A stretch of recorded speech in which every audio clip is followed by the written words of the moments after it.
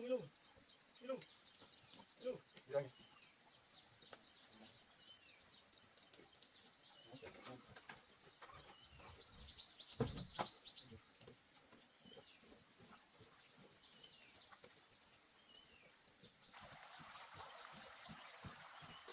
là có con chung ăn được không? Đấy là phần đấy thì nó phải dồn xuống đấy.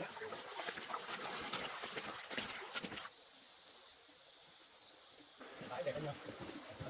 Cái này rất to ở đây mà.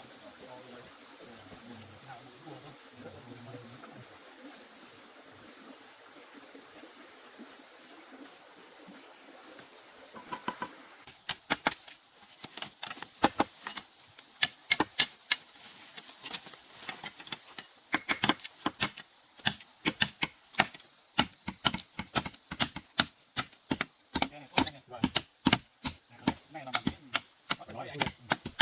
Đơn giản.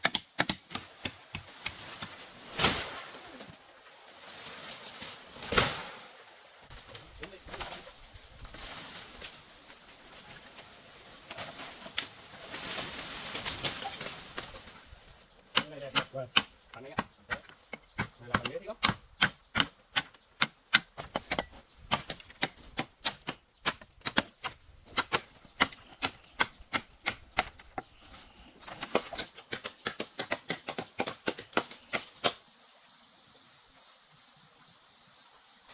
Này cái đủ em nhỉ?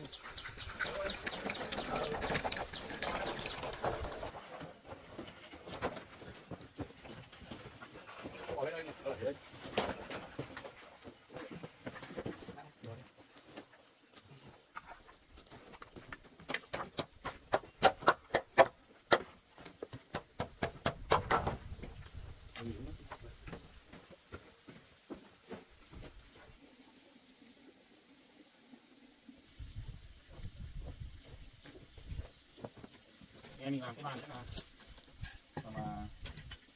60 cân đi nhỉ? Cái này là 40. Cái làm tầm đấy. 60 cân nhá. 60 cân anh. Ừ.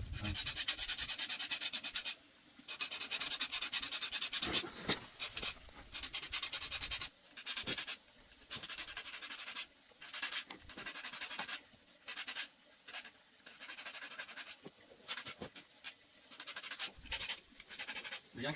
Rồi, anh đo xong. Cưa cho anh đo xong rồi đấy. Rồi đo xong có chân. Em cứ cưa đi nhá. Rồi anh vạch ở đấy rồi. Em cưa theo cái vạch của anh này rồi. Anh đo rồi.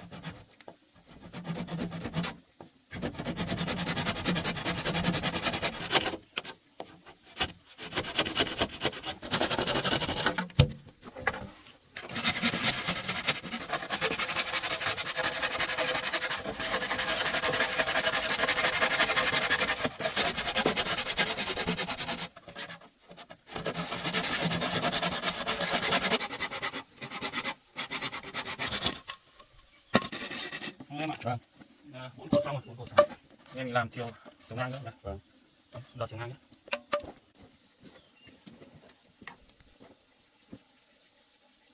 Dài bao nhiêu nữa anh nhỉ? Này 1m2 mà, mặt hàng một tí nó mới đẹp. Vâng.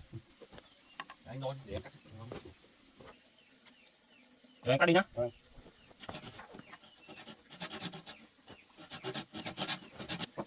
Em cứ cắt nhá. Vâng. Anh đo hết xong là tí mình cắt một thể luôn. Vâng.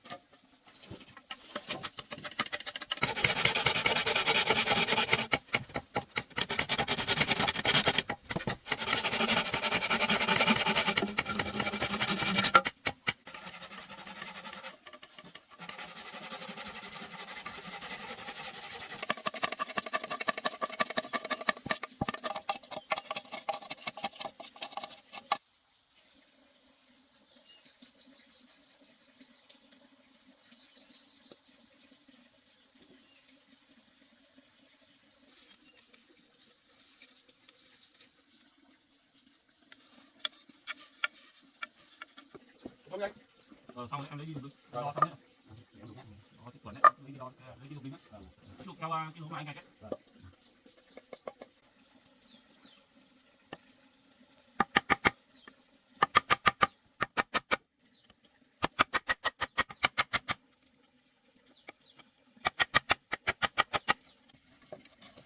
Đúng không em? Được.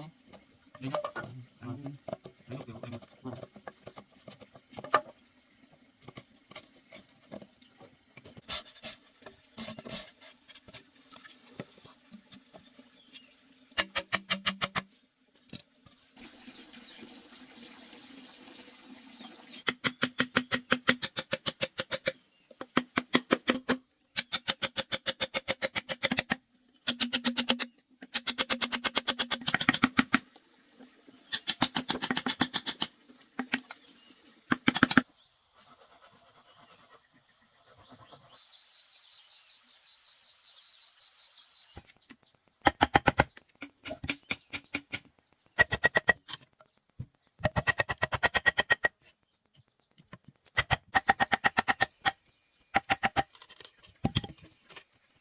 Xong rồi em ơi.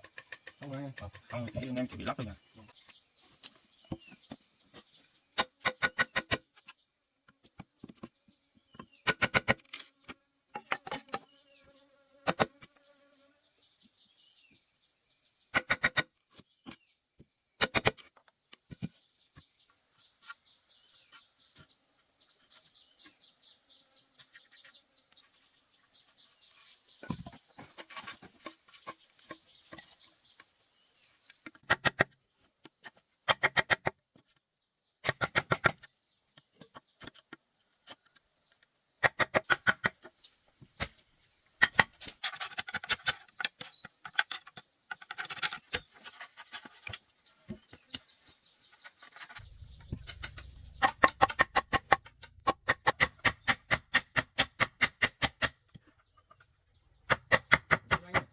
Anh đóng cái này cho nó tập.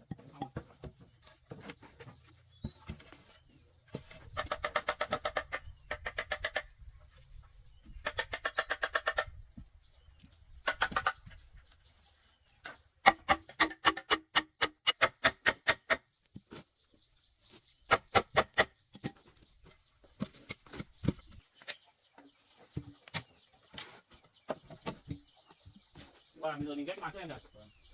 Xong hết mà. Xong mình làm cái ghế xong. Ghế thì cũng làm tiện là mình ghép cái ghế xong. Em giữ anh nhé.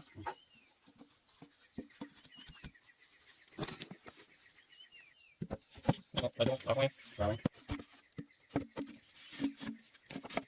Đúng không? Được đấy.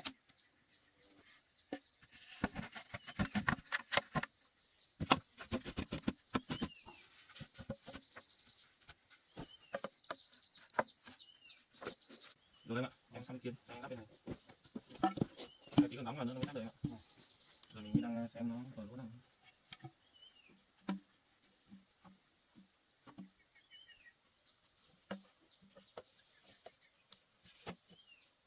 Được đấy anh ạ.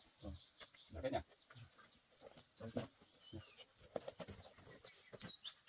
Được em. Được anh. Lắp cây bên dưới. Vâng. Được em ạ. Vâng. Được em ạ. Vâng. Để em đi trái cây cho nó. Không là trái cây vào xong thì mình đập vào cho nó chắc hơn nữa.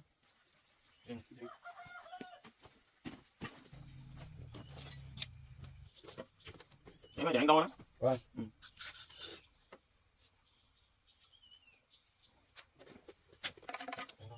Đây.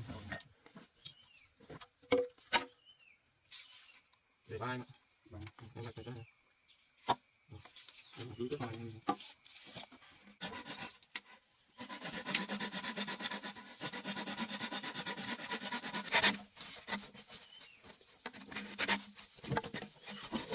Bật đi.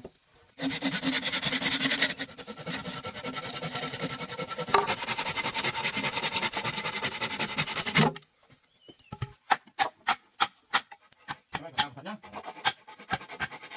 Cái bàn này để đồ ăn thức đúng đẹp đấy mà. Rồi. Nó mới đẹp đúng không? Anh em mình cũng làm mặt trên cho nó đẹp. Nó gần gũi với thiên nhiên.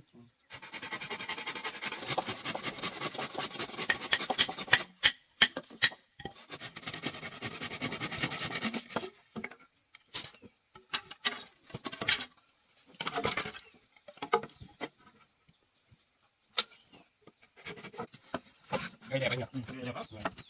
Dạ, mà đồ tre thì khỏi phải bàn rồi. Vâng. Thiết kế cái gì cũng được em ạ. Dạ. Bàn từ bàn ghế. Mình dùng thủ công thôi anh ạ. Nó đẹp. Rồi Mình tự nhiên.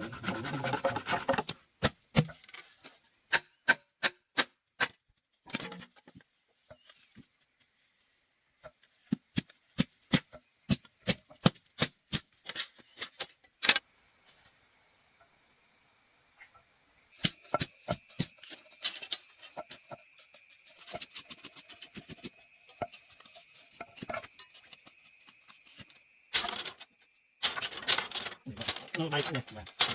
Thì anh em như thế. Em mệt không em? Bình thường thôi anh ạ. Lúc nào thì lại đi nghỉ ngơi uống nữa em.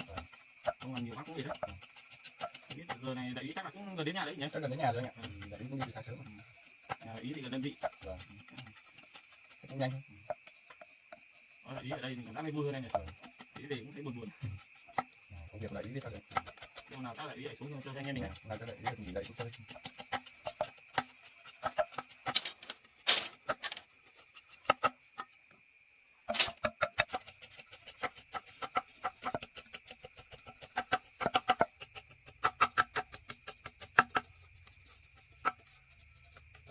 Đủ anh nhỉ? Em thử xem nhỉ?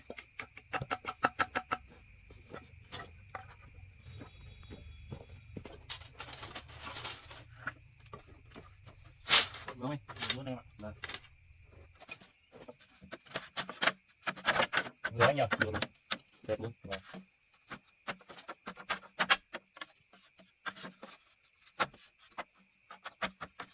Cái này chặt thì em đổ vào nhé. Vâng. Một thiết luôn đấy.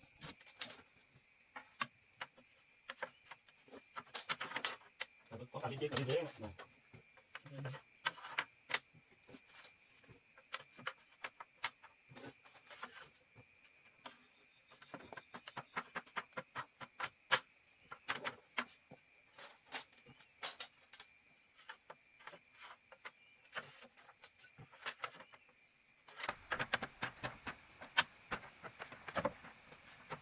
Mà được không em? Được quá chứ nhỉ?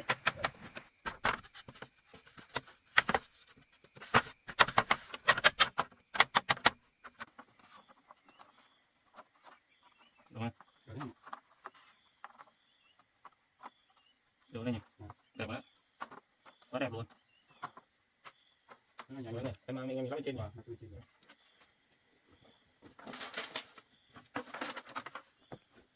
Wow, lấy bố được.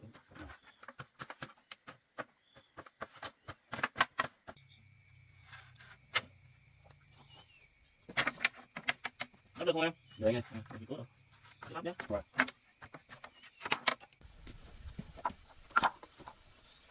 Lắp được rồi. Chơi vào. Cho cây đấy vào. Đẹp đấy. Nhắc vào nhỉ?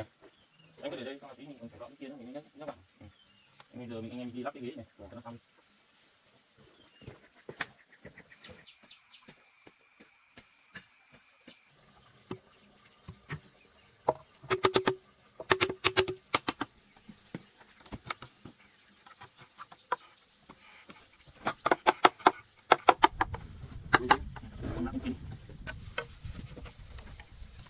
Có bố đấy.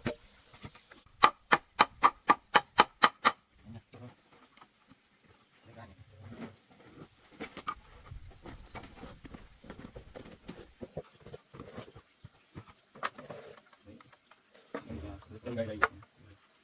Lắp đi kiểu vào bàn trên này đẹp luôn.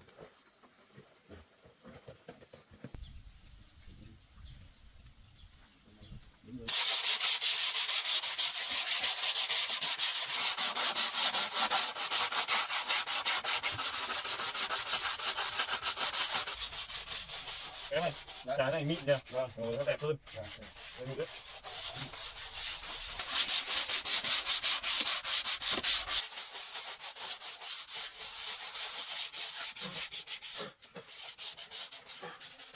Được đấy nhỉ? Được đấy em ạ. Vâng. Anh lắp thanh thôi nhỉ?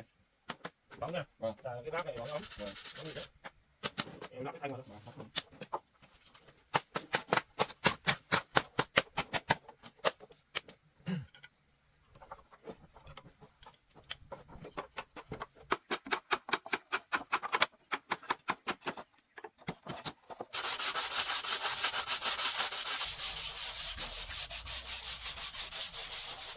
Đấy. Cái này mịn nha. Vâng. Rồi nó đẹp hơn. Vâng. Cái bụi đấy.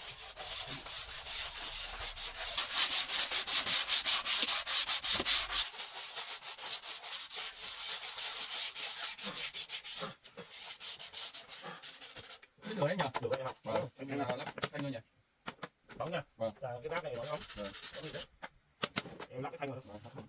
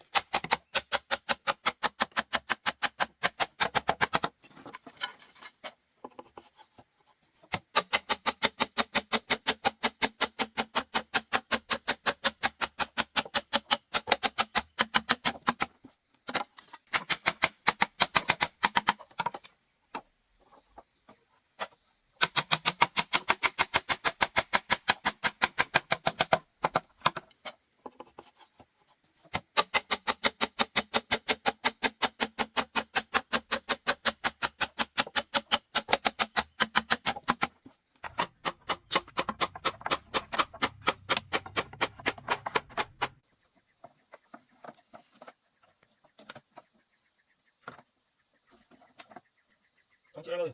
Em xong đấy, đốt cây cuối. Anh xong chưa? Xong rồi. Đẹp quá nhỉ? Vâng. Đó đấy. Được chưa? Em ngồi thử lên xem nào. Đẹp thế. Đấy. Đẹp quá em nhỉ? Vâng. Này bắt vào mời em đấy. Vừa đến luôn. Đó. Nhà này rộng rãi. Quá này. Anh em thử vào tay thôi. Thử thôi. Đấy. Khỏe đấy không? Khỏe đấy. Lâu không thử tay mà vẫn khỏe đấy nhỉ? Vẫn ok anh nhỉ? Khỏe đấy nhỉ? Anh em mình vẫn như xưa đây nhỉ? Khỏe đấy. Vâng. Một tí một người đấy. Khỏe đấy, được đấy. Thôi, anh em mình vẫn ngang tay ngang sức đấy nhỉ? Vâng. Được đấy. Vẫn khỏe như xưa đấy anh ạ. Bây giờ anh em mình đi phá sơn đi nhỉ? Đi phá sơn nhỉ? Anh em ngày xưa phá sơn này bác trưởng làm hay về sơn nhà này. Giờ lâu cũng chắc vẫn dùng được em ạ. Sơn đấy dùng được lâu mà. Bây giờ anh em mình vào phá sơn đi.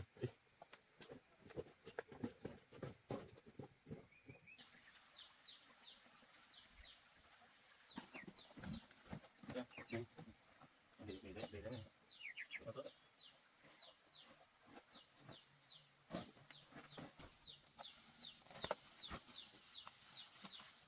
Rồi nó bóng luôn em nhỉ? Vâng. Để cô chắc đẹp lắm đấy. Ồ, đẹp lắm. Bóng này nhỉ? Bóng đấy. Vâng. Anh sơn đậm đậm xíu. Có anh nhỉ? Sơn bên này chưa?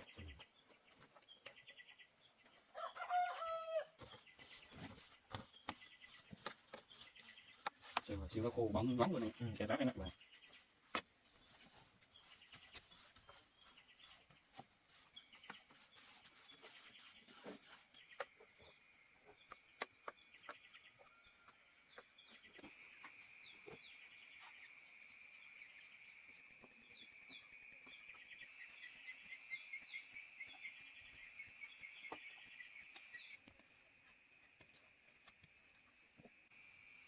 Xong rồi em nhỉ? Vâng.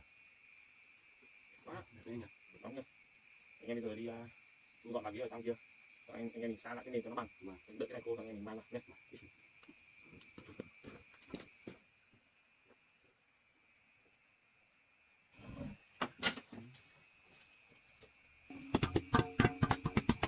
Được cho nó chặt em ạ.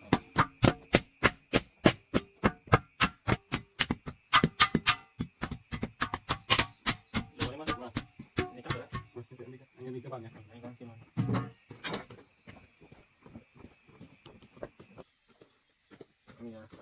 Thì cái bàn đi trước đi nhỉ?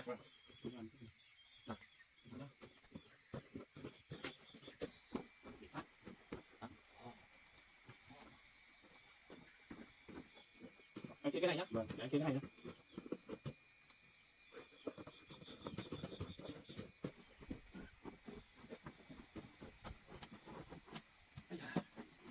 Quá đẹp anh nhỉ? Quá đẹp luôn. Em thấy nó hòa lại.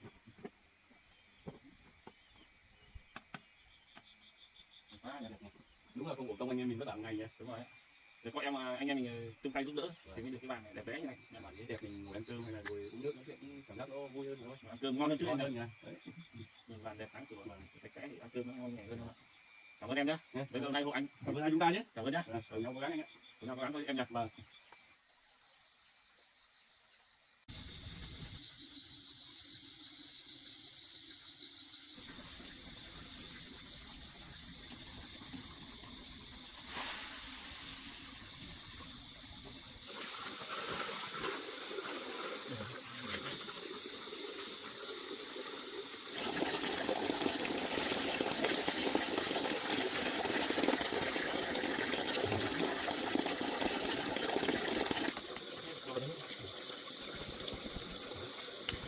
Anh em mình ngâm đỗ này thì sáng nay mình ngâm đậu nhé. Vâng. Anh biết làm mà. Mai anh em mình lấy đậu đi bán nhé. Vâng. Làm thành phẩm xong là anh em mình mang đi bán nhỉ. Vâng. Sẽ bỏ sạch được, bỏ sạch qua 2-3 lần nước đi, còn là mình ngâm qua đêm nhé. Qua đêm xong rồi lửa ra mình xay được. Có cái thứ đã ở trong ấy, lên xay đậu đấy. Xay đậu mang đi bán. Vâng.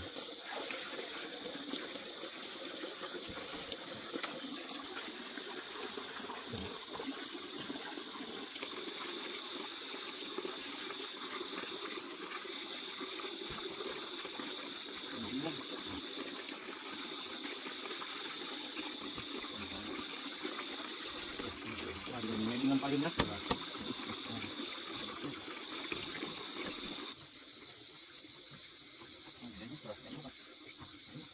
Qua đêm là anh em mình xay mà anh em đi bán nhé.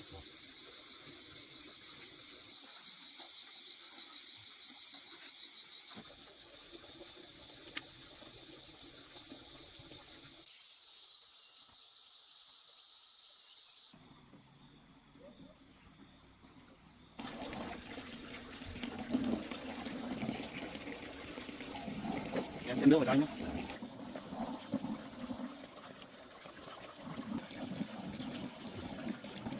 Cái này ngày xưa các bác hàng xóm phải anh đấy. Từ các bác cái gì cứ bảo em ạ. Cũng làm cái lại cô Tết nữa. Anh làm. Tí em thử xay xem nhỉ. Tụi em có cái này không? Cái này có nhưng mà cũng giờ không ai sử dụng nữa. Ít người dùng cái này đó em ạ. Rồi họ toàn như kiểu có máy ấy. Còn xay bằng máy hết. Cái này mà đâu không sử dụng giờ dùng tốt anh. Ôi đá mà em bền lắm. Mấy chục năm cũng được. Đá tảng đấy nhỉ. Đá này đá xanh được làm ra. Đá xanh đá núi đá đấy.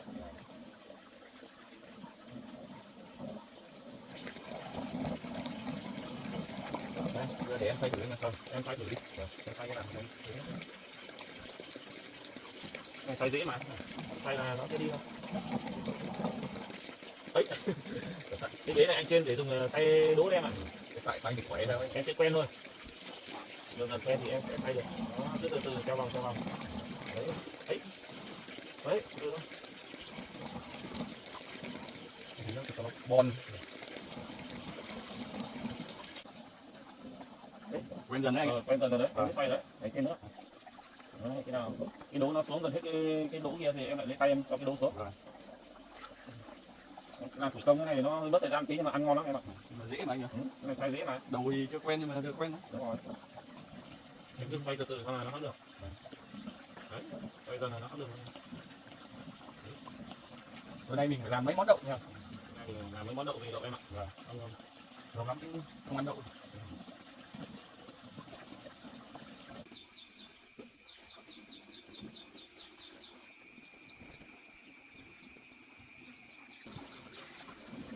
Càng cho nước nhiều càng dai em ạ. Nó dễ xoay hơn.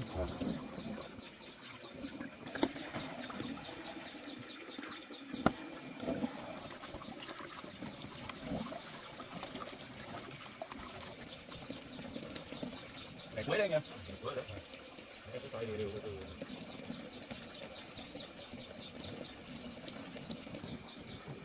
Đấy, em cứ xoay đều. Dễ xoay.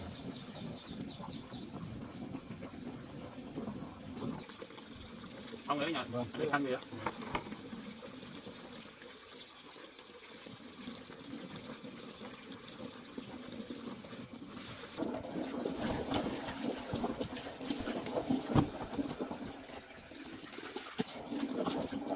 Thế đây. Em lấy cái tự ra.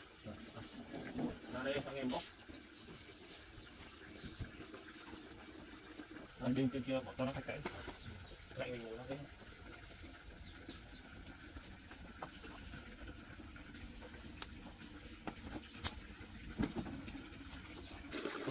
Bây giờ em tính anh chưa cho vào đây, xong là anh bóp cho nó nước nó ra cho đập cho nó mịn tạp chất cái đậu ấy, cho nó lưu lại trong cái túi này thì đậu nó mới mịn được.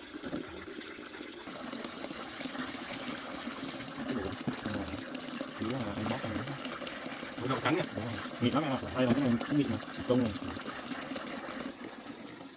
mịn lắm, mịn này. Anh em mình cho xay nó dễ hơn, để nó xay tốt, nó nghiền tốt. Bóp này quán tạp chất nó ra hết.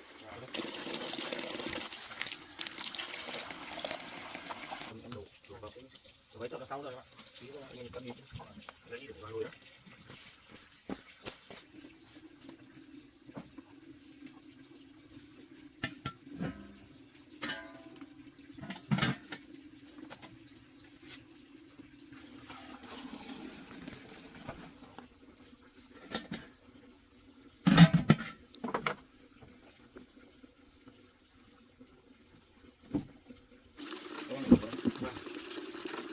Hai chục con này.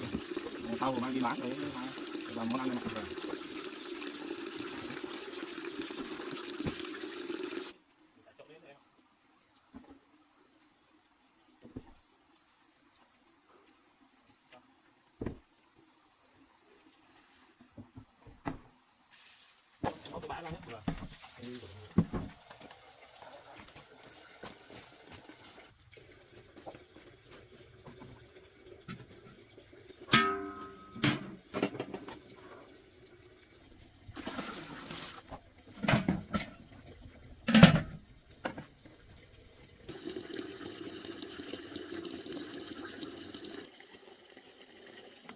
Cái này cứ nhân lên cho nó ra hết, xong là tí mình đặt xong. Cái đá đấy thì anh em mình để cân thịt nha, cân thịt cân gà nó ăn mà. Này ăn tốt này. Anh đi lấy củi luôn đấy nhá.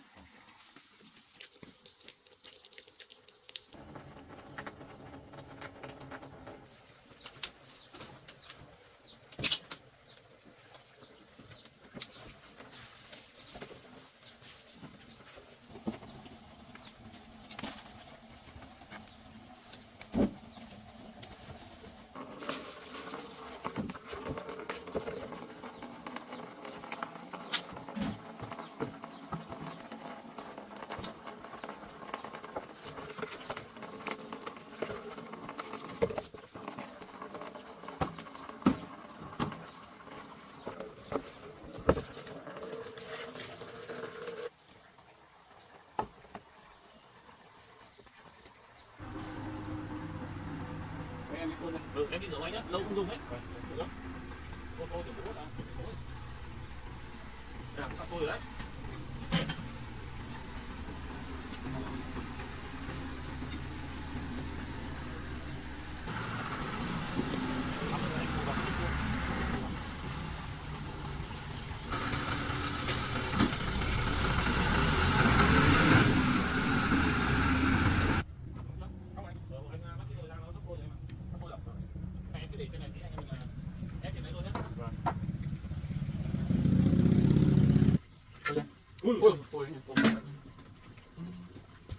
Không kịp lấy nước cho nó bù vào. Cái này là cái nào nó sôi là mình bù nước vào nó sẽ xuống. Nhưng mà mình không kịp rồi, nó sôi nhanh rất nhiều, mình sôi nhanh quá. Bên lùi đây không sao.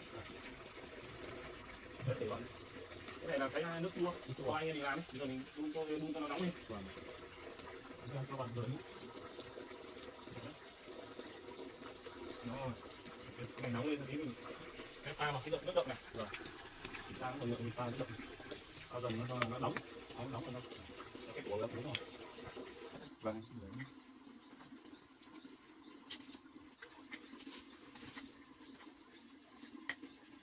Nước chua này giờ mình sẽ pha nước em ạ. Pha rồi mấy cái nước dùng mình hàng ngày ấy, pha là mình sẽ cho vào đậu. Nó kết dính với nhau. Em mở bút vào. Em khuấy đều lên, cái đều nó đi, nước chua này nó hòa tan với cái nước đậu, thì nó sẽ kết dính vào nhau. Cái này thì lâu mình lại kiểm tra 5 đến 6 phút, 20 phút tùy theo mình xem thôi, kết dính như nào. Đó là mình lại đổ nước chua vào, kết dính. anh nói với nhà em là em chịu cái đậu này em không biết làm. Anh thì ngày xưa được bắt điện bản với cô Tết với lại dân làng ở đây bảo em ạ, thì anh cũng mới biết thôi. Em cũng nhiều cái em giỏi hơn anh mà, nấu ăn với làm thợ mộc còn giỏi hơn anh ấy. Rồi em ạ, lâu mình phải kiểm tra được.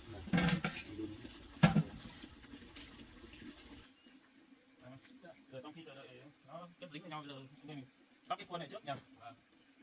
Khuôn này lắp nó không đấy đâu, cứ lắp nó sẽ vào thôi. Có 1, 2, 3, 4 thanh, 4 thanh. Em biết đấy, em bảo đó. Nó sẽ có mỗi bên nó sẽ có 3 cái đinh tam giác nhé. Em lắp nào cái khuôn cho vào hết 3 cái đinh nó vừa vặn là được. Hoặc là em thì, lấy cái vải về, xong làm cái của bên trên này. Em đi lấy cái vải nhá, xong lại em pha cái nước đậu.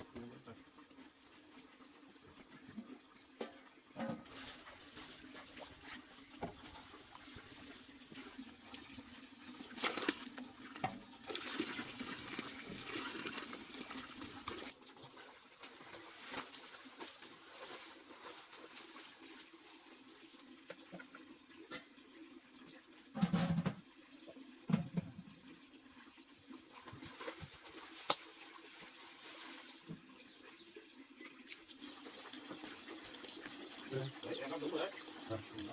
Cái để đây, cái nào đợi phát lên xong rồi anh em mới từ đây này kết luận cái này nó sẽ sạch sẽ đẹp rồi.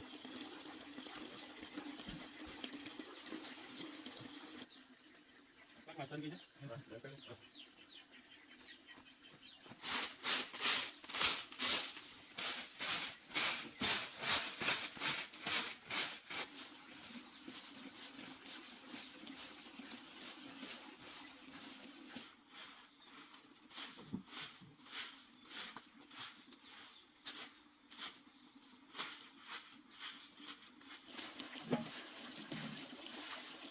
Anh ơi, như đậu nó nông rồi sao đấy? Đúng rồi. Để anh đổ rác và anh đi rửa tay về.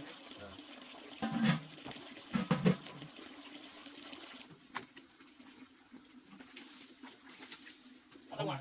Rồi, em xem. Như đang đông rồi. Đấy giờ em đi múc một gáo ở đây. Xong rồi em tay lấy anh ấy. Đấy em đi múc cái nước chua kia. Múc một gáo ở đây vào. Đây vào một tí đấy. Đấy. Rồi. Em vừa khuấy em vừa đổ từ từ xuống. Em đổ từ từ đấy em nhìn cái váng trắng chưa? Đấy đấy, váng trắng này này. Đấy nó sắp kết dính rồi. Một lần này nữa. Em cứ từ từ cứ đổ từ từ. Đó. Cái váng nó đây. Này là nhìn tí nó ép thành miếng đậu rồi Đúng rồi. Ý mình phải chắc ăn một lần nước nữa. Mình anh lọc hết cái chất cái tuổi này. Thì mình đi lấy đi vào khuôn mình ép thành miếng đậu được em ạ. Đấy. được anh nhỉ? Ghế ngồi nữa đi. Rồi.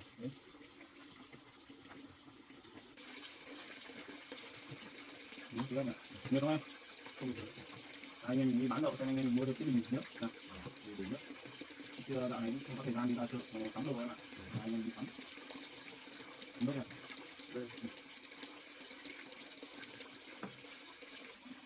Từ hôm nay ấp u này. Nước này cũng là gần mùa mưa đấy em ạ.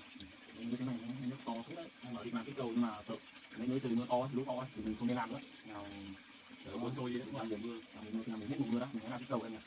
Chỗ này cũng phương tiện, ô tô nó đi từ ô tô xe máy cũng nhiều, quá mình làm cái cầu mình đi thì bắt sang, làm không đi nữa mình phải kéo về.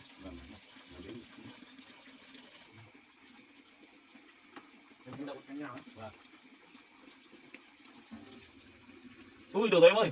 Rồi anh, nó được ra như nào ấy? Được là cái nước và cái chất bột của nó, cái tử của nó sẽ lắng xuống dưới, và cái nước chua này nó sẽ nổi lên mặt trên này. Sau đấy là cái tuổi nó sẽ phân tách nhau ra. Đây lấy cái chậu với lại cái rổ nhá. Để em lấy cắt cái nước chua ra. Còn đấy. Đây. Để đấy cho nó.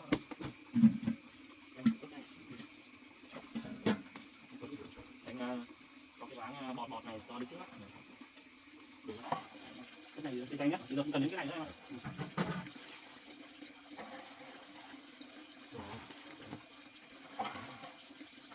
Có cái rổ vào để mình cắt cái nước ra. Cái rổ này nó sẽ có công dụng là nó sẽ lúc mình cắt nước ra ấy, thì cái váng đậu nó không đi theo cái nước chua được, mình múc mạnh nhất. Đấy, mình cứ múc từ từ. Để em thử múc vào, em múc nhá. Đấy, từ. Mấy đậu này nhiều nước thì mình cứ múc mạnh một chút được. Khi nào mình gần đến cái lớp đậu của nó thì mình múc từ thôi. Anh em mới biết làm đậu đấy. Anh em mình học hỏi lẫn nhau thôi em ạ. Em còn biết nấu ăn này giỏi này, biết nhiều thứ mà. Chỗ em có khối đá nhưng mà Không thấy ai làm đậu anh ạ. Chắc là có nhưng mà giờ ít rồi nhỉ. Anh thì anh cũng không biết đâu nhá. Đấy thì bảo là anh học hỏi thôi thì mới biết. Ngày xưa thì tôi biết rồi. Mình cũng biết từ những cái bán kia là cũng bình thường. Đấy, có được đấy em ạ. Đi phải cái bài chứ. Nói anh đi giải bài. Đấy ạ. Đấy là cái bài đó.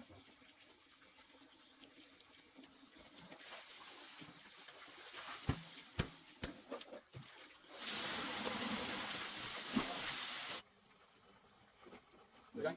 Của anh kia cho bên này đủ không?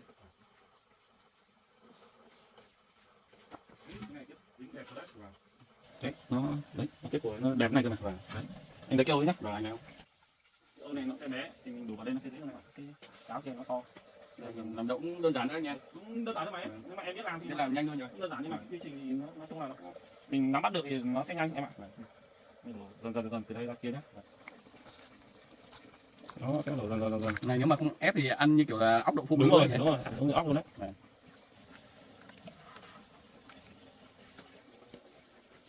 Đúng rồi, cái gáo bé bé em ạ. Em có muốn thử múc không? Để anh em ngồi cho sao em múc. Đây, em múc một cái. Thử đi. Em bảo muốn học rồi. Đó. Cái đổ này được không? Cái đổ đầy khuôn. Nhưng mà cũng tùy theo mức lượng của cái đậu này nữa. Đó.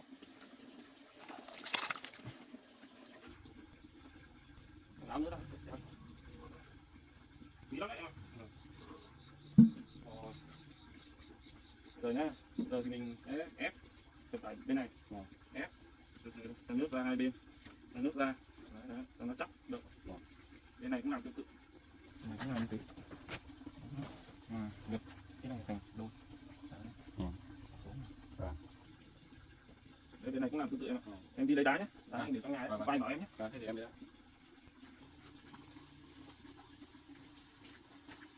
Đó thì anh ơi. Đây này. Mình lấy cái quân này em ạ. Ép vào. Ép chặt vào.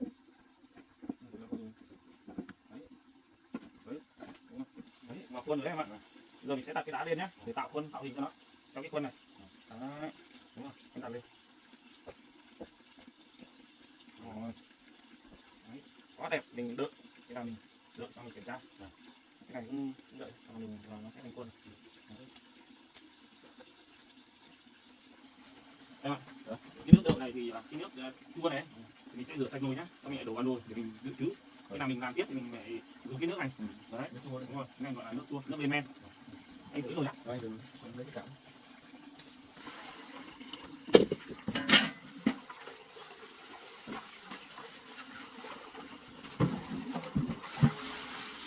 Rửa sạch sẽ nhá.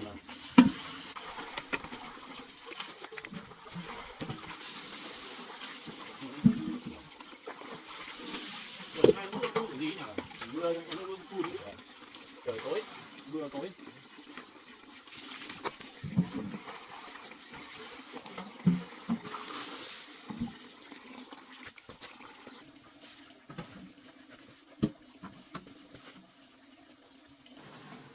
Cái này để dành là nước chua nhé. Vâng. Cái bánh bên dưới này mình bỏ đồ đi. Cách để cắt đấy anh. Đậu chắc được anh. Anh nghĩ là được rồi đấy. Em cắt nhá. Thử này cứ mua. Đang mưa phùn đấy anh ạ. Anh nghĩ là nó to đấy. Vâng. Để nhấc cái tấm này lên nào. Từ từ nhé. Ngon. Cái khuôn đây này. Vâng. Từ từ nhé. Đấy. Đẹp nhá. Thành khuôn luôn em ạ.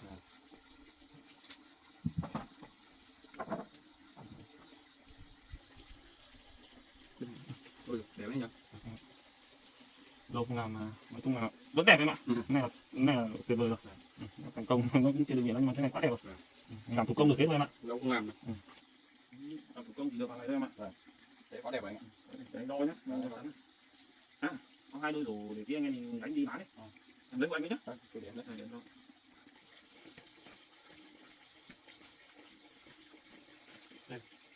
Để đấy xem. túi nhé. Em cho túi đi. Đó, em làm đúng rồi đấy. Ôi rồi quá đẹp luôn. Anh cũng đi lắp ít cho đặt.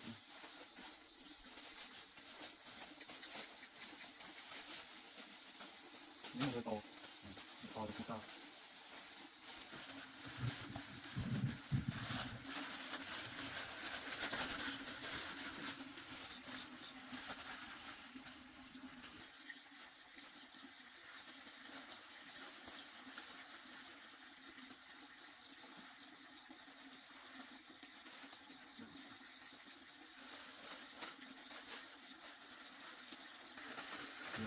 Lâu anh không làm nó cũng không được chuẩn mấy mà vẫn được.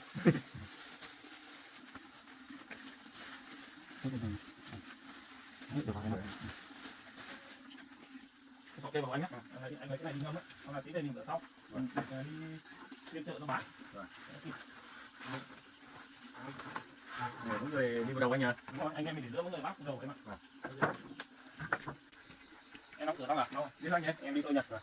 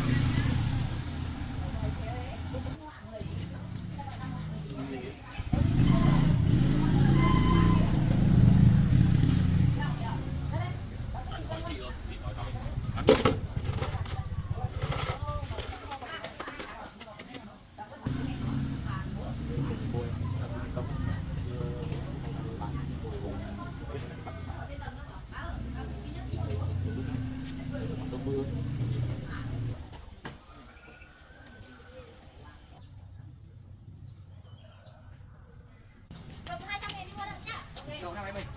Bán 20.000 đồng miếng không? Bao nhiêu? 20. 60.000. Đáng yêu quá nhỉ? Anh yêu thế.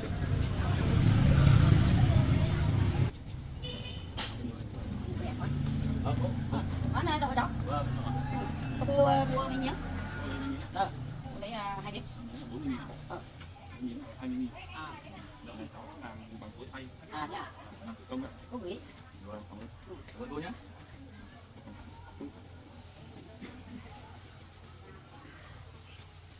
Đó là hàng cháu nha. Rồi, Tôi biết rồi. nhanh thế này nhé. Cái đậu này rất khách em ạ. Nào anh em mình lại làm bán tiếp. Đây, tôi cũng thích. Đây, thủ công này thì cũng ngon. 4 miếng, anh em mình bán 2 miếng rồi. Bán 2 miếng để anh em mình lấy đi ăn. Để anh em đi về ăn.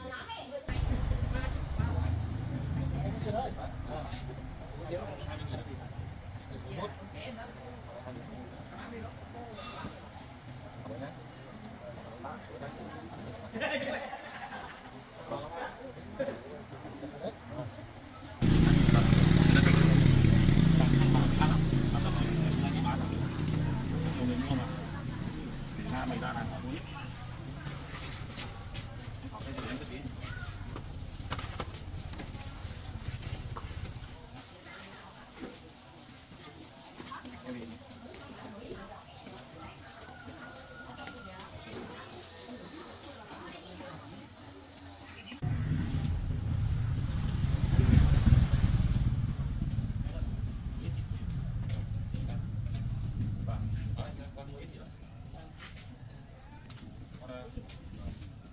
Cần cái này thôi.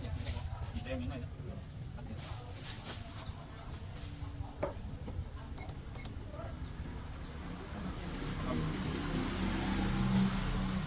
cà chua.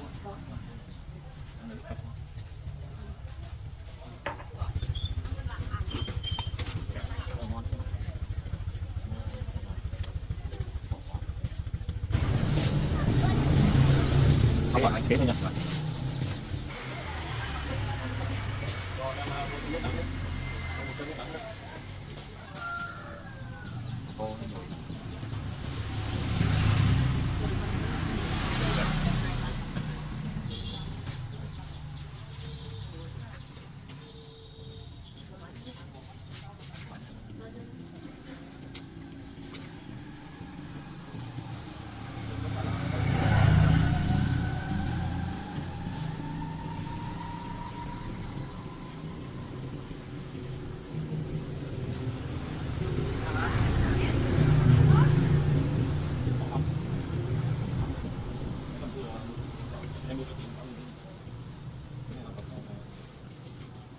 Với lại 35 ạ.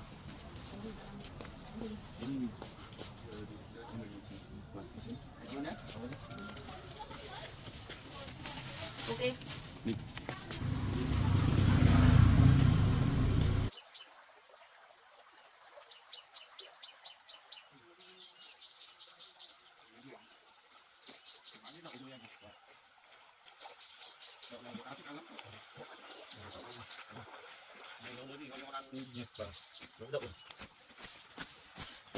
Mình nấu cơm ăn luôn đi. Mình nấu cơm này.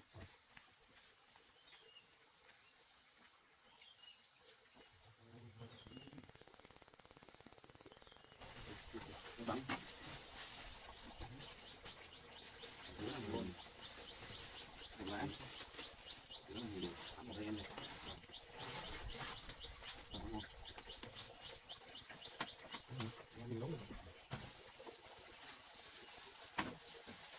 Đi rửa thịt ạ.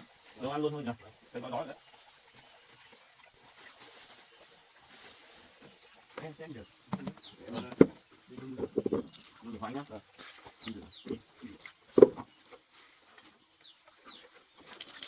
Thịt này nhìn ngon đấy.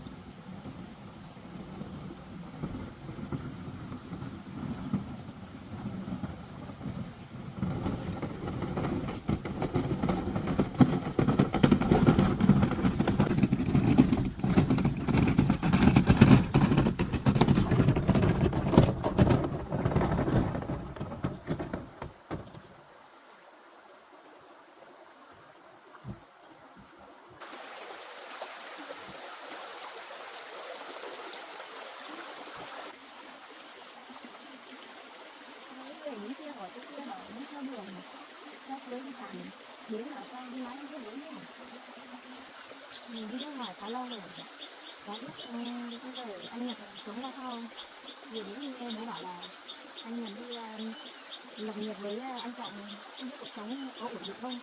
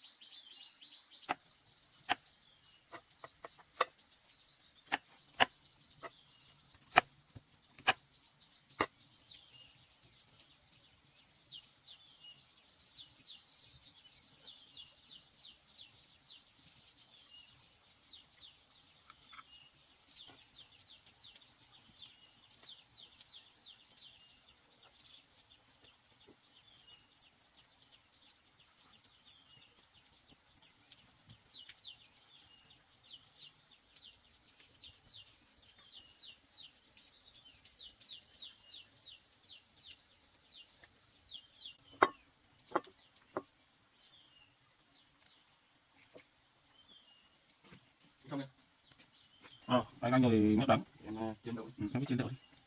Nước đắng này ngon lắm em ạ.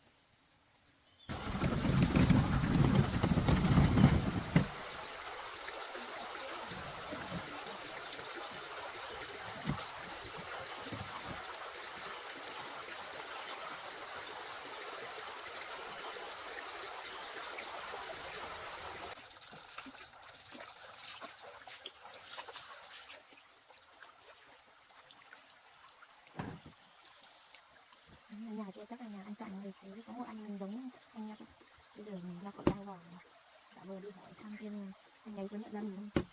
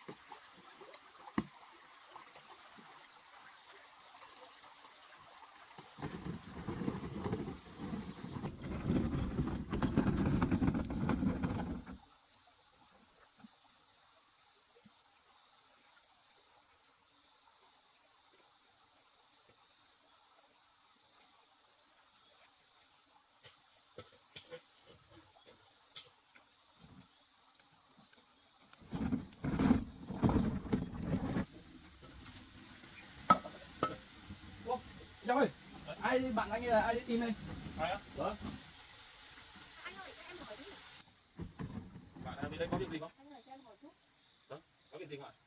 Em vừa mới đi nước ngoài về. Nghe nói trang trại ở đây anh muốn bán, anh có thể bán cho em được không ạ? Ở đây chắc là em nhầm rồi. Ở đây thì bọn anh cũng mới về đây sinh sống thì trong cơn lũ về chắc là em nhầm với trang trại nào rồi. Bọn anh không bán trang trại nào đâu. Đó, anh với em trai này ở với nhau. Chắc em nhầm rồi. Quen. Rõ ràng em nghe dân bản địa kia nói là muốn bán à? Chắc mình nhầm rồi. Có gì à? Cứ vào đây uống nước á. Em ạ. Cứ vào nhà uống nước á. Không nói chuyện. Vào nhà.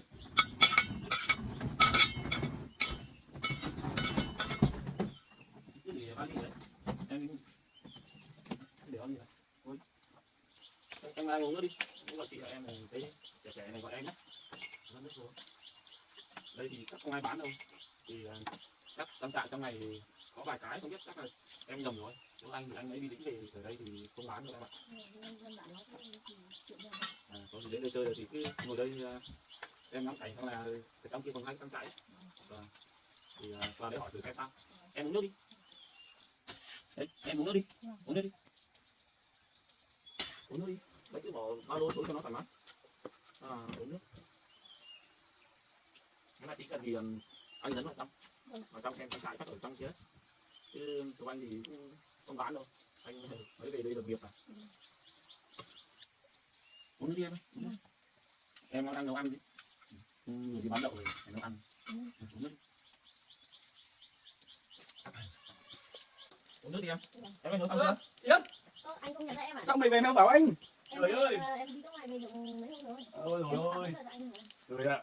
Em gái của em đấy. Em gái em. Vâng, em chỉ cho anh đấy. Đấy anh ạ. Em gái em ở trong cơn ngủ em hay kể cho anh đấy. À, Nó đi nước ngoài về. nghe em kể nhiều mà bây giờ mới gặp ở đây không ngờ đấy. Em vừa mới đi nước ngoài về, em muốn tạo bất ngờ cho anh mà anh Trời. nhận ra em. Lúc nãy em nhìn anh nhìn thấy quen lắm rồi. Thế Thế nào đi mấy năm về to lớn xinh gái như này cơ mà. ở nào em Nhật không nhận ra. Thôi thế ngồi xuống đây. Ở chỗ này gặp nhau này là vui rồi. Rồi ơi về cũng bảo gì, không thấy gọi điện gì cả. Không ngờ là về đến tận đây tìm em đấy. Thế, thế sao cái đường đến đây? Hỏi rồi dân bạn bên kia họ chỉ đường ra thì thế là tìm đường này. À, Em về được mấy hôm rồi nhưng mà em tìm thấy anh, em hỏi bố bảo em lên đây làm trong trại với anh Trọng nên em mới tìm đến đây. thế là về được mấy hôm rồi phải không? Vâng, đây là khoảng 3-4 hôm. Thế phải tạo bất ngờ cho mình chứ. Vui quá nhỉ, hai anh em đâu gặp nhau mà gặp Nó đi cũng từ lúc em còn chưa đi, chắc phải đi được 5 năm trời rồi đấy. và đi sẽ đi du học trước nhỉ, là đi học bên đấy thì tốt rồi mà về cũng tạo bất ngờ anh trai thì cũng bất ngờ quá. Vì cái giờ lớn tướng rồi, ngày xưa đi bé xíu như này, đấy, giờ lớn rồi, xinh gái rồi, Vẫn thế thôi. sắp lấy chồng rồi đấy. Thế là tốt rồi. Vâng. Thế uống nước đi. Uống nước đi em, anh uống nước đi. Thế mà vào đây hỏi vào mua đất anh giật cả mình. Mà trong khi đó hai anh em mình đâu có bán đất nhỉ. Thảo nào đấy em đứng ở kia là em nhìn quen quen rồi, nghi nghi rồi đấy. Chắc là muốn tạo bất ngờ với lại chiêu anh trai một chút. Đó. Thế đi đường xa có mệt không? Có chứ. Xa đấy để ở trong này đấy. Mà tìm đến tận đây giỏi đấy nha. Chắc rồi đi em rồi hỏi đi chứ. Vâng, vừa đi vừa hỏi dân bạn bên kia. Thế thấy ở trong này thấy em thấy cuộc sống trong này thế nào? Thấy khá là bình yên, rất là thoải mái này. Đấy, anh thì anh cũng thích ở đây, thiên nhiên nó hùng vĩ em ạ. Đấy, suối núi đồi nó quang cảnh đây đẹp lắm. Không ngờ là em gái của em cũng xinh gái đẹp trai kiểu như em ấy nha. Đấy. Rất là giống nhau. Anh ơi, muốn gả nó đi lắm rồi, có tuổi rồi đấy. Có tuổi lấy chồng được rồi. Và thế hai anh em lâu không gặp nhau cứ tâm sự nhé. Rồi anh đi sắp luôn. Tiện thể là mình có món ngon đấy. Này em gái vừa đến đây. Để gói cơm nữa đây nhỉ, đi Đi từ xa xa nói cơm. Nhé, anh em cứ tâm sự đi nhé. Vâng, thế anh ngồi em nhé. Cứ tâm sự đi. Đấy, người gầy đi nhiều rồi đấy. Thế là ở bên đấy nào công việc ổn định không? Hay là sức khỏe thế nào rồi? Bên đấy là công việc ổn định anh ạ. Em cũng học xong rồi, bây giờ em sang miền Nam để tìm công việc. Thế là về anh dạo anh lên đây làm trang trại bên Trọng thì cũng bận nhiều việc quá, anh cũng không được gọi cho em. Thế là về đột ngột quá là chả báo anh gì cả. Vâng, em muốn tạo bất ngờ cho anh thôi. Nên em mới không thông báo cho anh.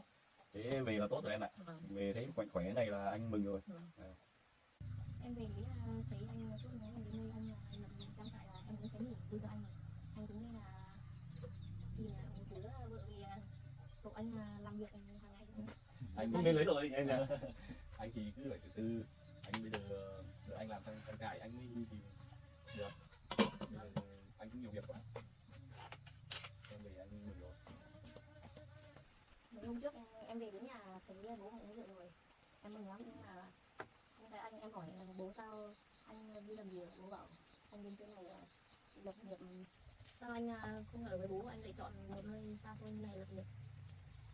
Thì anh cũng về thăm bố rồi. Thì bố cũng gọi là đồng ý cho anh lên đây làm kinh tế. Thì Anh lên đây làm kinh tế lâu lâu anh cũng phải đi thăm bố. lâu lâu thì anh vẫn về, anh xong công việc anh vẫn về thăm bố. Thì Vắng cũng phải đi. anh thì đấy, anh Trọng thì các em cũng biết, anh cũng coi như một người anh trai ruột rồi. Vâng. Thì trong cơn ngũ thì hai anh em có gì giúp đỡ lẫn nhau, ăn uống thì đều thương nhau, biết nhau. Thì anh cũng quyết định là về lập nghiệp với anh Trọng, lập nghiệp kinh tế. Đi đường xa chắc mệt rồi, đói cơm mà chuẩn bị ăn cơm. Anh em nói chuyện vui nhỉ? Anh xong rồi đấy. Ăn cơm nha. Ăn cơm nhỉ? Một quả. Quả đến chơi không cần phải quà nữa đâu em ạ. Em tới qua đi anh. Đến chơi rồi không phải quà đâu.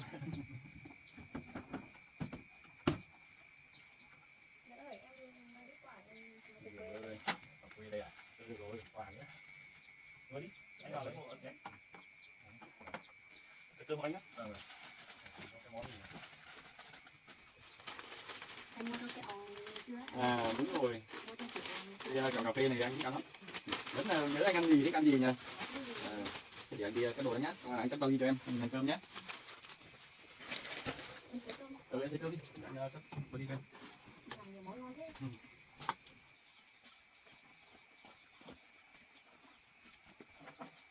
Ngồi xem ơi. Rồi, cơm đi.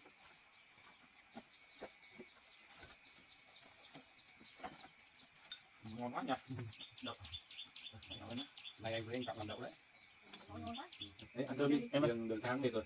em Nhật vẫn nấu ăn ngon như ngày xưa em ạ. Anh thì cao lắm. Ăn đi. Ăn nhá. Ăn nhiều vào. Đây ăn. Anh cũng ăn đi. Đấy, ăn nhiều vào anh nhé. Đi đường xa ăn nhiều vào. Đây. Xin nhé. Em cũng ăn đi. Đây để Đấy.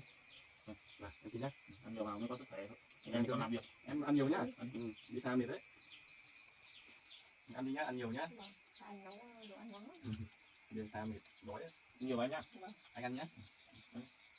Ăn nhiều vào mới có sức khỏe. Anh xin nhá. Ôi, con, đây anh xin. Ăn nhiều vào nhá. Ăn nhá. Nay lên đây chơi các phải ở đây chơi với Nhật vài hôm chứ nhỉ? Để chơi anh vài hôm rồi về. Xem cuộc sống của hai anh có như nào. Thì nay chắc mới yên tâm được để anh Nhật nhỉ. Em gái Yến làm việc cũng giỏi lắm anh ạ. Từ ngày xưa bé rồi, anh em Nước ngoài du học là giỏi rồi. từ công việc đồng án đến lại học hành cũng giỏi. Thế thì Nhưng mà mình cũng tự hào về em. Bác ở nhà có khỏe không em? Có, bố em bây giờ không uống rượu nhiều, nhưng mà thấy khỏe. Thế tốt rồi. Thế bảo em đi du học đợt này thì về nhà chơi thôi chứ, đi thăm anh Nhật nữa thôi chứ. Em học xong rồi em về hẳn về nước anh Muốn về làm việc phải không? Ở Việt Nam phải không? Thế đợt này là về hẳn nhá. vâng, em về hẳn. Thế tốt rồi em ạ. Thì về nhà kiếm công việc gần nhà, gần bố, gần là anh ở nhà cho không phải đi xa nữa em ạ. Thế tốt rồi. Anh về anh quên bố nhiều đấy, nên là bố cũng bỏ chuyện. Em cũng được. Bố không uống rượu nhiều. Em Nhật thì ở trên đây với anh thì em cứ yên tâm đi nhé. Thế này anh em bảo ban nhau làm việc thôi. Thế ăn nhiều đi đường xa chắc nhiệt lắm đấy. Ăn nhiều đi nhé. Hai đứa nhé. Này là món bữa tắm rồi chị em ạ. Đây, cái này là anh Trọng làm đấy, em ăn đi nhá. Ăn nhanh đi. Đây, đây rồi. Em ăn nhá. Ăn nhiều vào cho khỏe. Nó lớn hơn nữa. Không gạo anh cũng gầy đấy. Em lên đây chơi anh vui rồi. Ăn nhiều vào nhé, ở lại chơi với anh vài hôm rồi về nhé.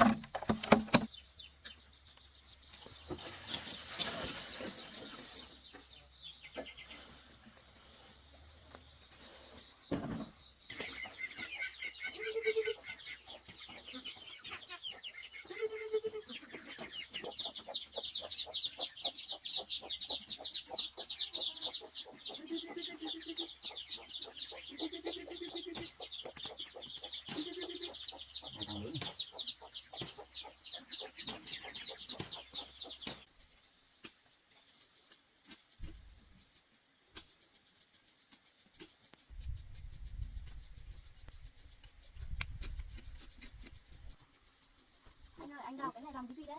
Anh đầu làm cái đàn ngấp với bí. Thế à? Hôm qua ngủ ngon không? Có. Ngủ vẫn ngon không ạ? Trở lại chỗ không ngủ được. Vâng. Ngon tốt rồi. Bắn không đi lấy vào nhà lấy áo của anh mà. Vâng. Cái áo dài đấy.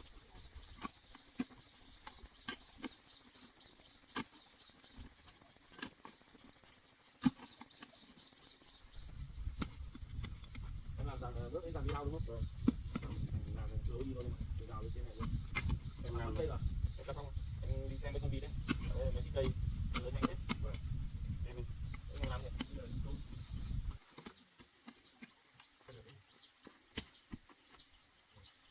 Có thấy chắc không?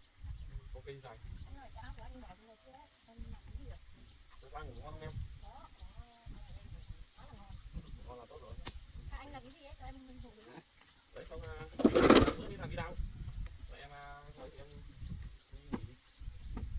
Em làm việc không quen lắm. Em hộ cũng được. Thế tổ anh sẽ làm nhé, cho vui nhỉ? Mình nhau làm cho vui nhỉ? Em đi hộ hay. Nắng quá gì vào trong kia ngồi trễ nhé. Vâng. Nắng. Cứ vào trong nhà đi, để làm cho đây cho nó mát. Em vụ đâu vụ?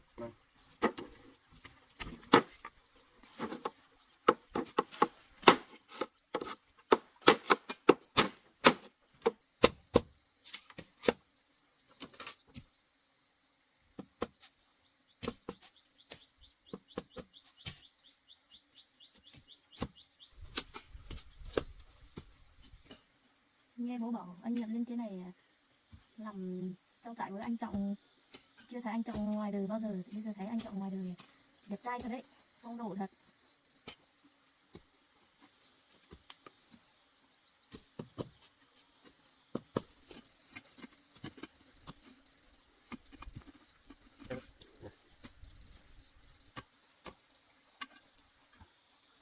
Em có biết chạy làm Nó ngày xưa ở nhà lúc chưa đi học nó làm suốt mà. mà đi nước ngoài về lâu này chắc vẫn nhớ rồi nhỉ. Vâng. Để anh đi xem mà em có biết chạy làm nhé. Anh cứ đi đi. Để em ở đây mà Em vào anh đi xem. Anh ở đây của em.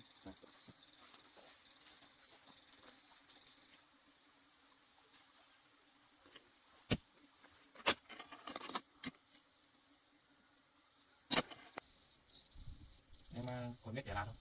Có em Đi nước ngoài lâu thế này về chắc là quên mất. về đi nước ngoài về nhưng mà em vẫn nhớ, em vẫn nhớ thì làm. Rồi em trẻ này cũng đúng rồi đấy, nhưng mà chưa quen tay mấy đúng không? Làm dần dần nó quen. Cái này thì em bỏ đi, cái này là có cái mắt này, thì cái mình chẻ xuống thì nó sẽ rất là khó. Đấy, em tìm cái mắt nào nó đẹp đẹp này. Em giữ chắc vào, đấy, giữ chắc cái tay vào. Đấy. Người trẻ mình vừa về cho nó ra, tách ra.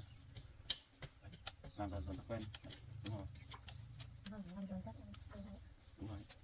Cái gì mình chưa biết thì mình làm dần em nhỉ? Vâng, làm dần chắc em thấy. Lâu không về nước này. Em thấy nước mình như nào? Em thấy nước mình Vẫn đẹp nhỉ? vẫn đẹp, bình yên. Anh chưa đi nước ngoài bao giờ, không biết bên đấy nó có đẹp như nước mình không? Bên đấy cũng như nước mình là Chắc là cũng có mấy nước mới khác nhỉ? mấy Không. khác thì thôi. Đấy em trẻ thế đúng rồi đấy, em cứ trẻ nhá. Vâng. Đi hộ Nhật nó làm nước thế gian. Vâng.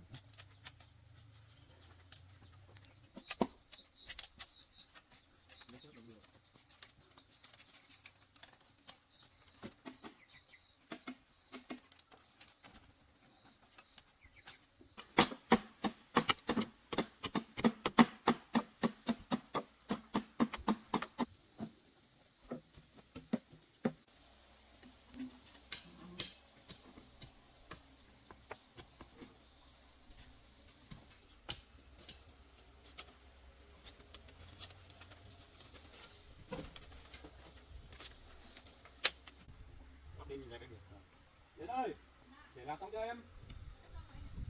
Anh này để em xem Yến chạy. Em đi xem.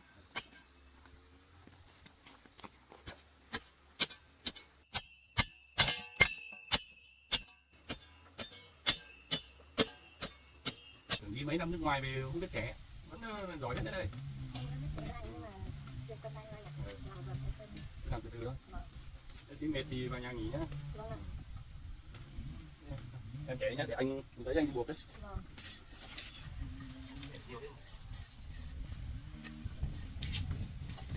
Cứ chạy từ từ thôi nhá. Về tí nghỉ nhá. Vâng.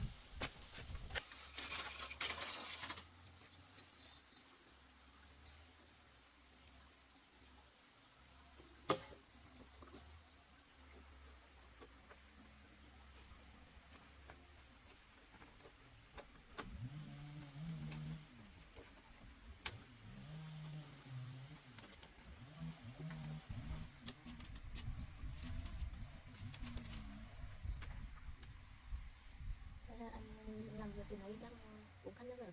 Em đi lấy nhé.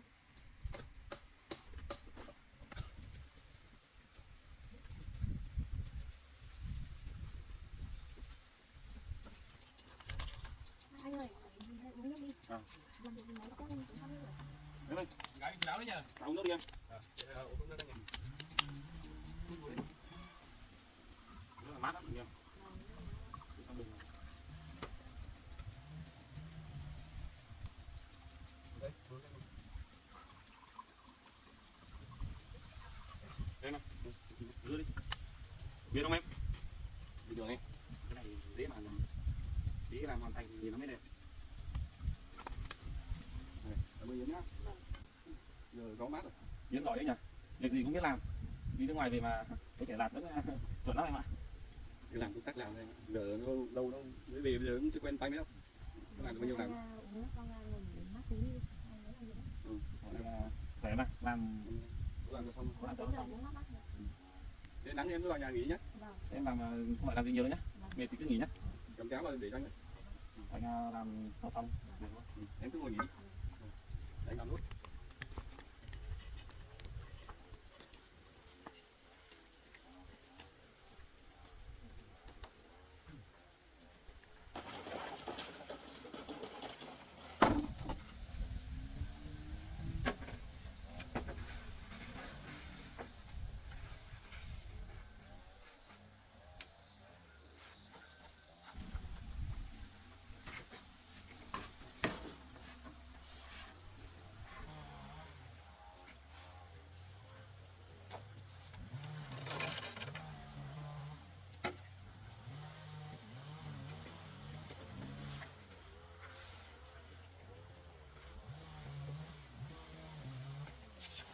Ơi, bà đi nương kìa.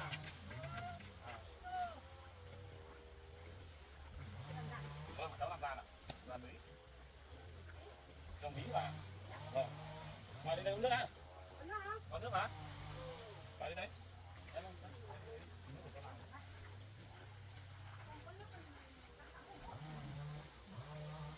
Bà đi đây uống nước.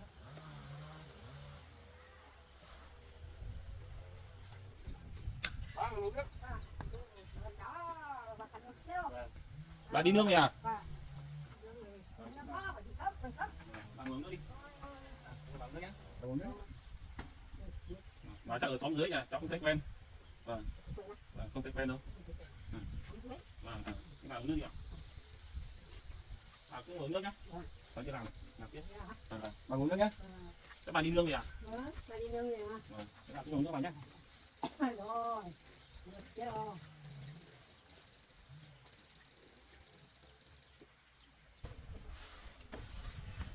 Một cây ở đấy nữa ăn.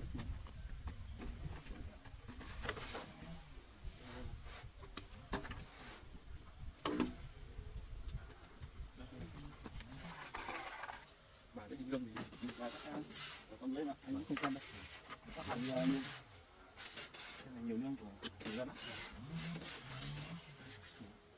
Một mình với vài mình một. Anh ngồi được kia nhé, anh ngồi được.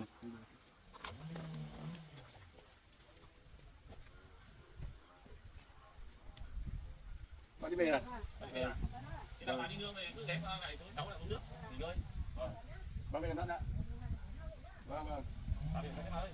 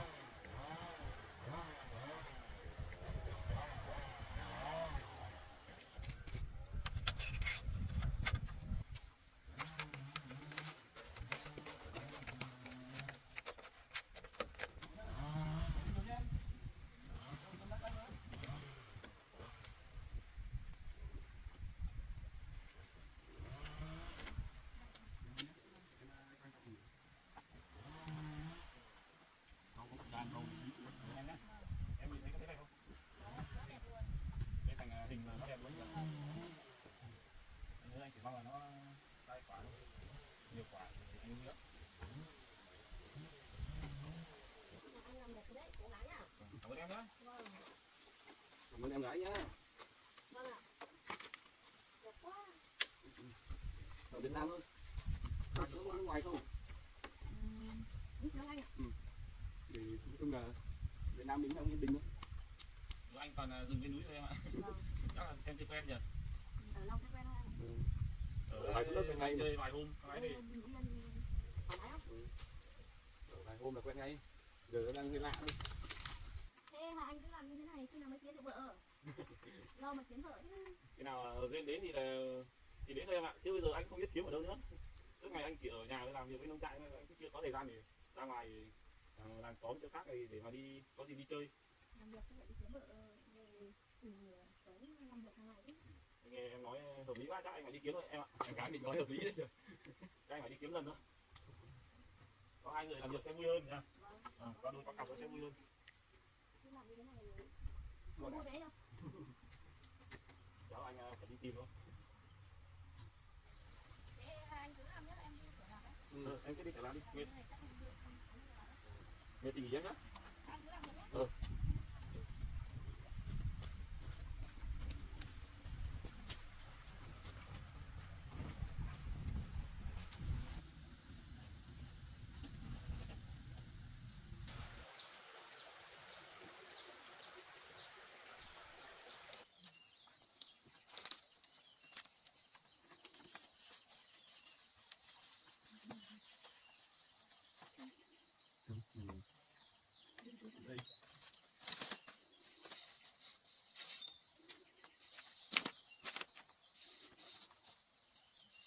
đi nằm đến cái đan đi nhỉ, khỏi phết đi, đùa đi.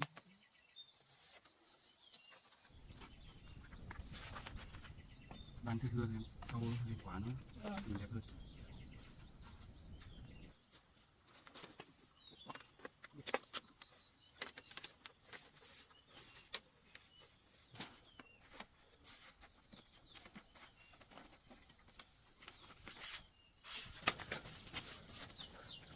Đây, em thấy không? Đây là nhỉ.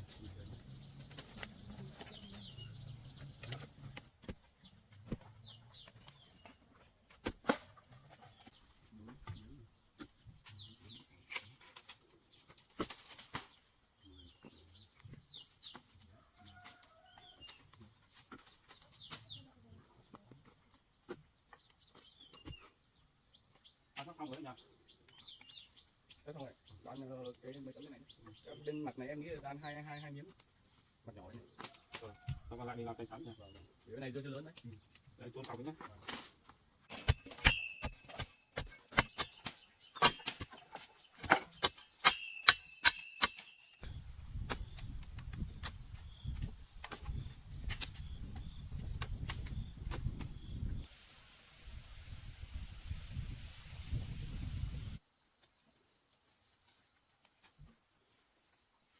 Làm cái dàn này lên mấy nữa cây nó sắp leo lên đẹp lắm.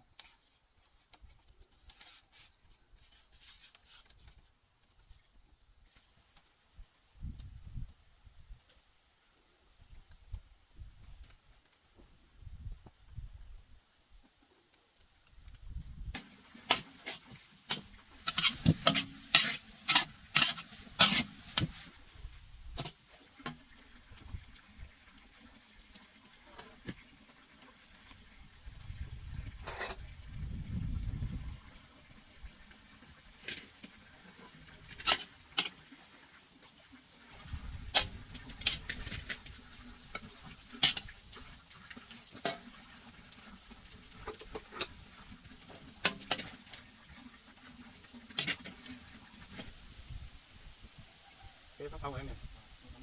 Em làm cái dàn bầu bên kia nữa là xong rồi. Em làm nhiều thì nữa rồi thu hoạch mình lên cái bán rồi các bạn. Em gái của em nấu ăn sao? Hôm nay thì vào bếp của Thái nấu ăn này. Để nó có gì.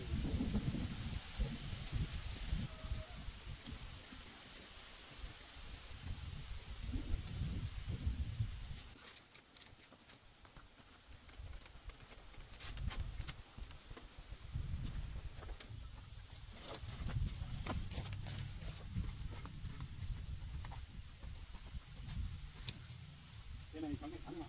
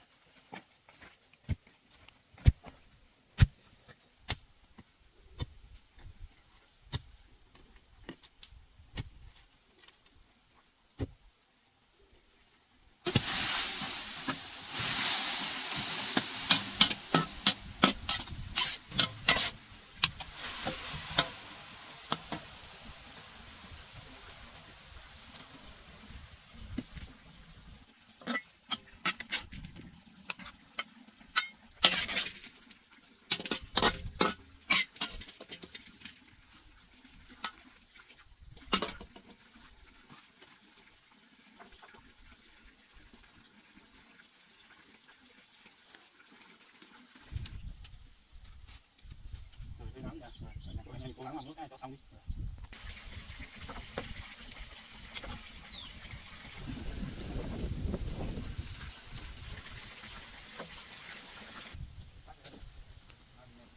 Anh ơi, rửa tay anh đi anh nấu mình xong rồi. Đừng có thấy nhầm nắng này. Em phải đi em làm cái như nào? Bây giờ nhìn trứng ốp à? Ngon quá nhỉ? Gà đâu ăn ngon thế.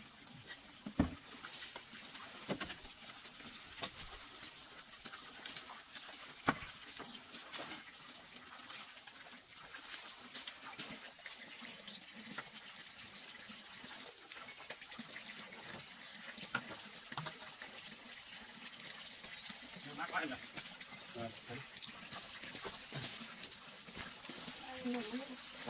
Ngon thế. Cái gì ngon thế? Ôi đây. Anh chỉ đẹp nữa cơ. Ngon đấy nhỉ? Anh luôn đi. Nó đi em ơi. Ngon thế. Ngon quá nhỉ? Anh gì cũng giờ này anh gì cao siêu đấy nha. Cảm ơn em nhé. Cảm ơn em đã nấu món mì trộn, này mì trộn đúng không? Vâng. Mình để con gái nấu cơm cho ăn chứ. Làm việc từ đấy Vui nhỉ. Mời em đi. Mời em nhé. Mời nhé. Em ăn. Trộn ngon đấy. Ngon nhiều nhé.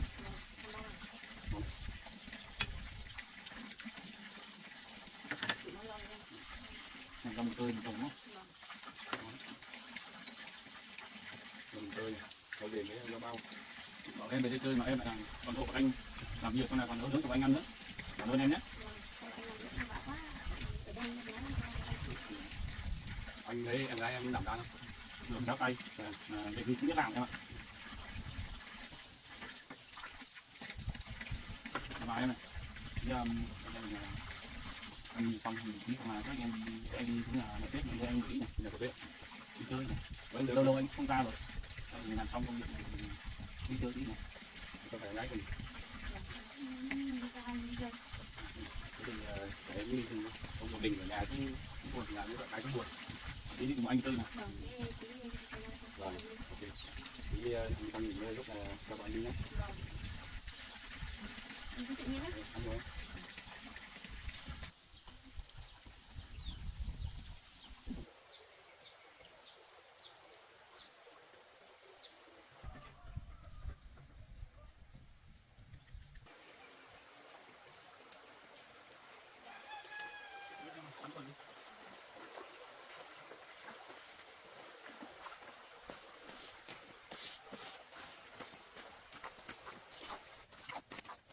Không tôm nữa.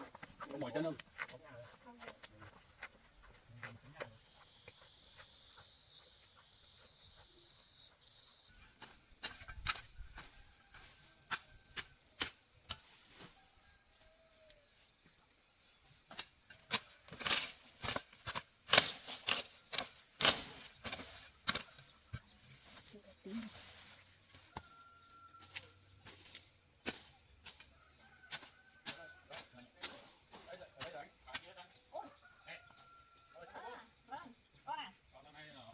Làm xong việc đánh dối ra con mẹ. Vậy thấy có cả một cô gái đấy.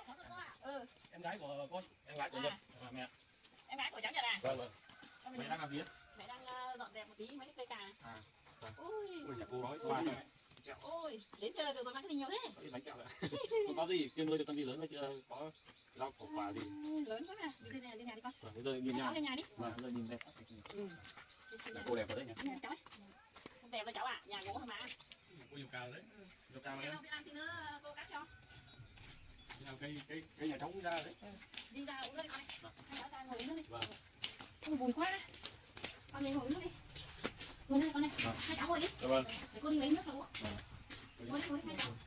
Đi hai. Rồi.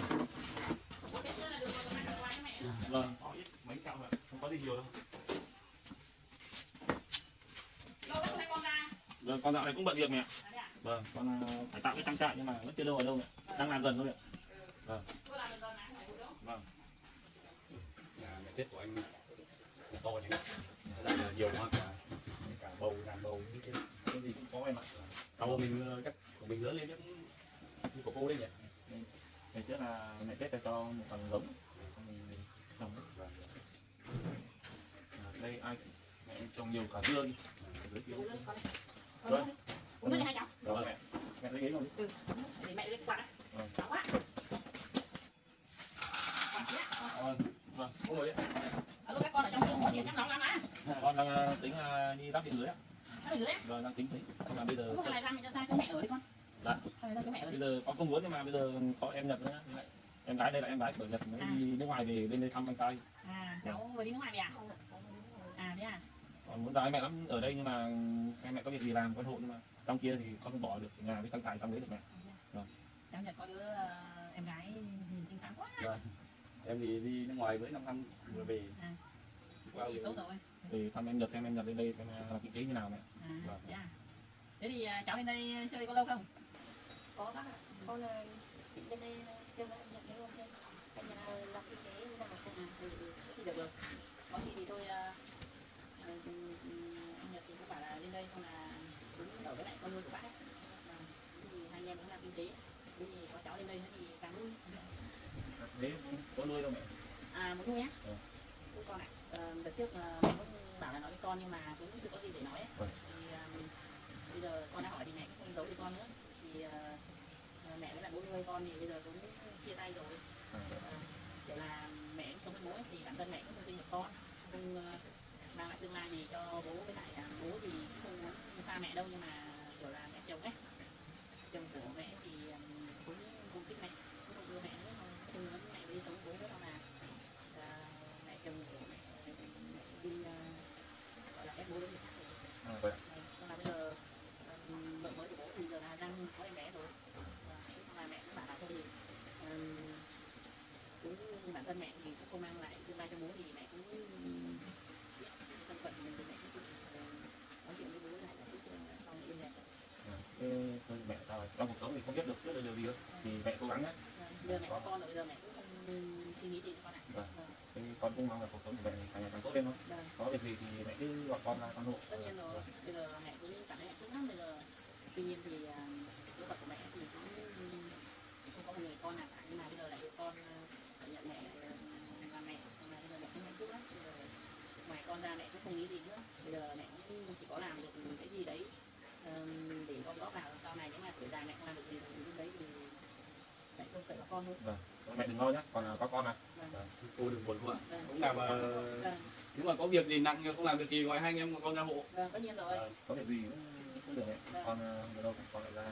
Bản thân mẹ thì cũng bây giờ ấy thì cũng không có việc gì nhiều đâu, nhưng mà cũng chỉ có là đi chợ thôi, đi chợ xong là cũng gọi là đi buôn bán, xong cũng có đường ra đường vào thì xong lại làm vườn xung quanh nhà như vậy thôi, xong lại nuôi con gà thôi.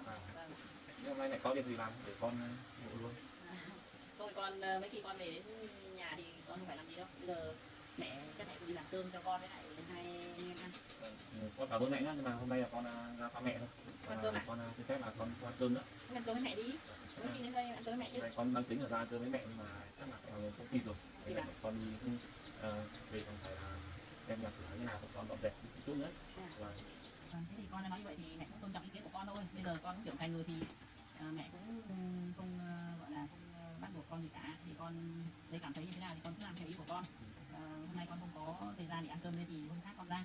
Con ra xem mẹ xem có việc gì nào làm không thì con đi hộ mẹ. Thôi thì không có việc gì đâu con ạ. Mẹ cũng làm vườn linh tinh thôi nhưng mà mẹ hôm trước đây mẹ cũng suy nghĩ rồi, bảo là nếu mà con mà không ra thì mẹ cũng đi làm cho con thì đang bảo là mẹ cũng có một mảnh ruộng thì cũng không làm đến, một mình mẹ cũng không làm được hết đây, với lại mẹ bây giờ cũng đang chuẩn bị nuôi cua thì cũng cách đây cũng khá lâu rồi. Trước Tết rồi mẹ cũng đi xem mô hình ở rất là xa, sau là mẹ thấy người ta làm kinh tế nuôi cua rất là được đấy, xong là mẹ cũng bảo là hay là con cũng vừa đi nghĩa vụ về, thứ nhất thì ở trong đấy thì cũng không có cái ruộng nào cả, thì hay là con ra làm cái ruộng cùng mẹ đi, xong là nuôi cua cùng mẹ. Nuôi cua. Nuôi cua, sau này mẹ sẽ hướng dẫn con làm. Được thế thì tốt quá mẹ. Vâng. Có được không? Được mà, con muốn làm kinh tế rồi mẹ có mô hình nuôi cua này nữa thì con mừng quá. Tức là bây giờ nhá, mẹ đang suy nghĩ là bây giờ ở cái xã cái thôn của mình ấy là chưa có ai phát triển cái công việc này. Thì bây giờ mình nếu mà mình nuôi được trước ấy thì sau này mình sẽ nhân giống ra để mà bán cho bà con. Vâng.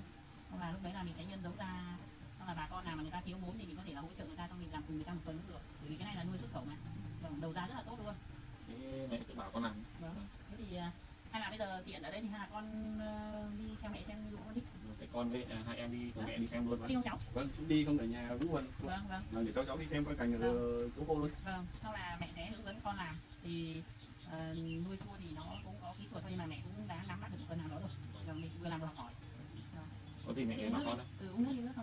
cho với lại hai cháu đi xem. Còn 14 đấy nhé. Bởi vì mẹ cũng nhiều đất lắm, mẹ một mình mẹ cũng không làm được hết đấy. Ruộng thì cũng có nhiều ruộng. Hay là đi nhỉ? Được, thế mẹ đưa con đi xem đấy. Con xem là tối nay còn ra để làm. Đi xuống đây con ạ. Con này, đi xuống dưới đi. Thế mẹ trồng giỏi lúa. Nhiều thứ lắm. Vườn mẹ chẳng được gì đâu. Rau thì có, Đi đâu rồi? Khi nào mình biết con này là mấy đứa to em ạ. vâng. Mẹ cắt cho con mẹ ăn nhé. Mẹ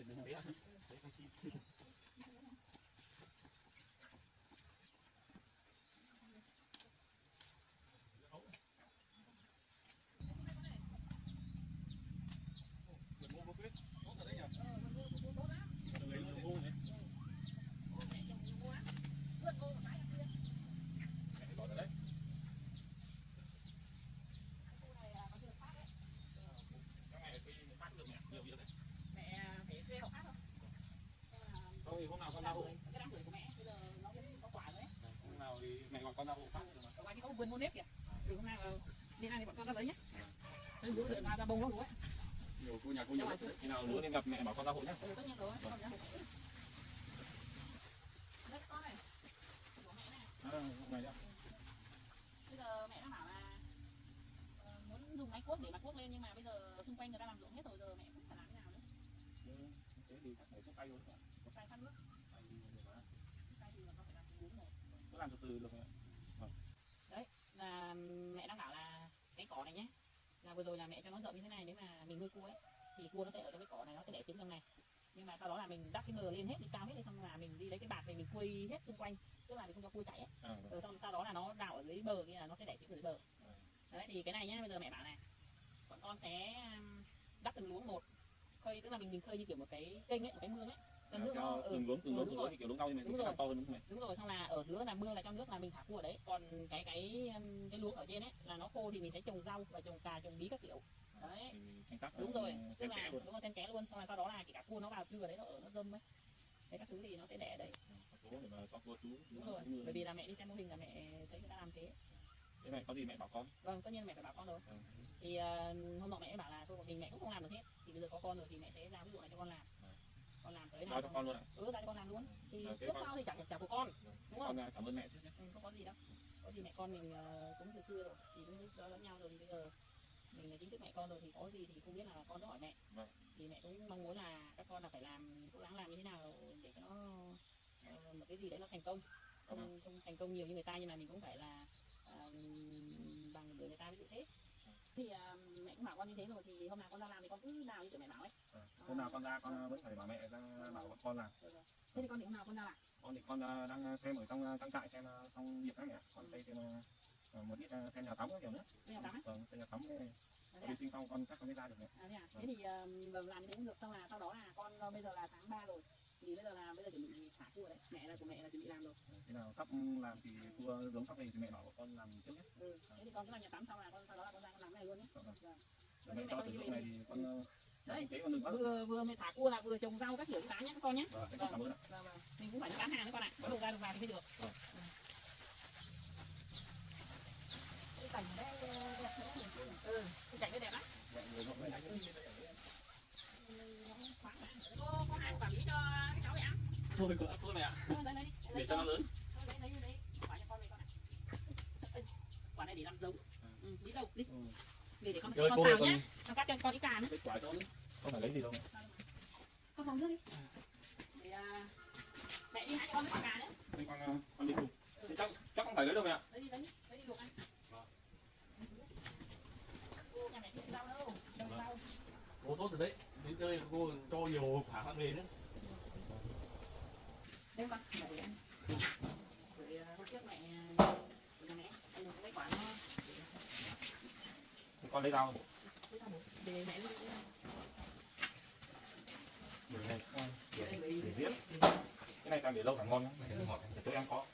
Cho em có mày. Càng để lâu càng ngon. Thái cái quả kia nó héo hơn. Càng héo càng ngon không mẹ? Cứ thái đi để mẹ đi cắt cà nhá. Vâng. Rồi, em thấy mình rồi có một người mẹ có tốt đây. Tốt lắm, ngày xưa anh còn ở trong bây giờ. Nói chung cái gì cũng to. Là cho gạo, cho quả, cho cái gì to đấy, cho gà, cho vịt nuôi. Bảo anh nhồi chứa đấy, năm đầu thì mẹ cũng Tết này cũng lại anh mà, anh ấy biết làm đấy. cái gì cũng biết làm. mình làm quả táo cho thằng con trai về đồ ăn. Sao nhiều con bé.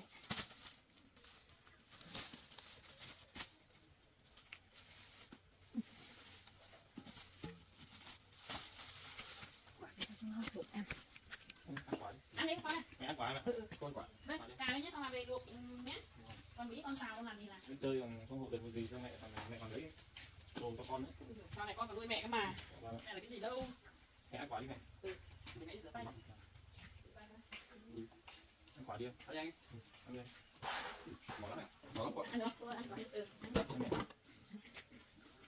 Quả này là bưởi diễn thôi mà, còn bưởi da xanh của mẹ hết lâu rồi. Mẹ ăn con. Con làm cơm ăn con. Cũng muộn rồi mẹ.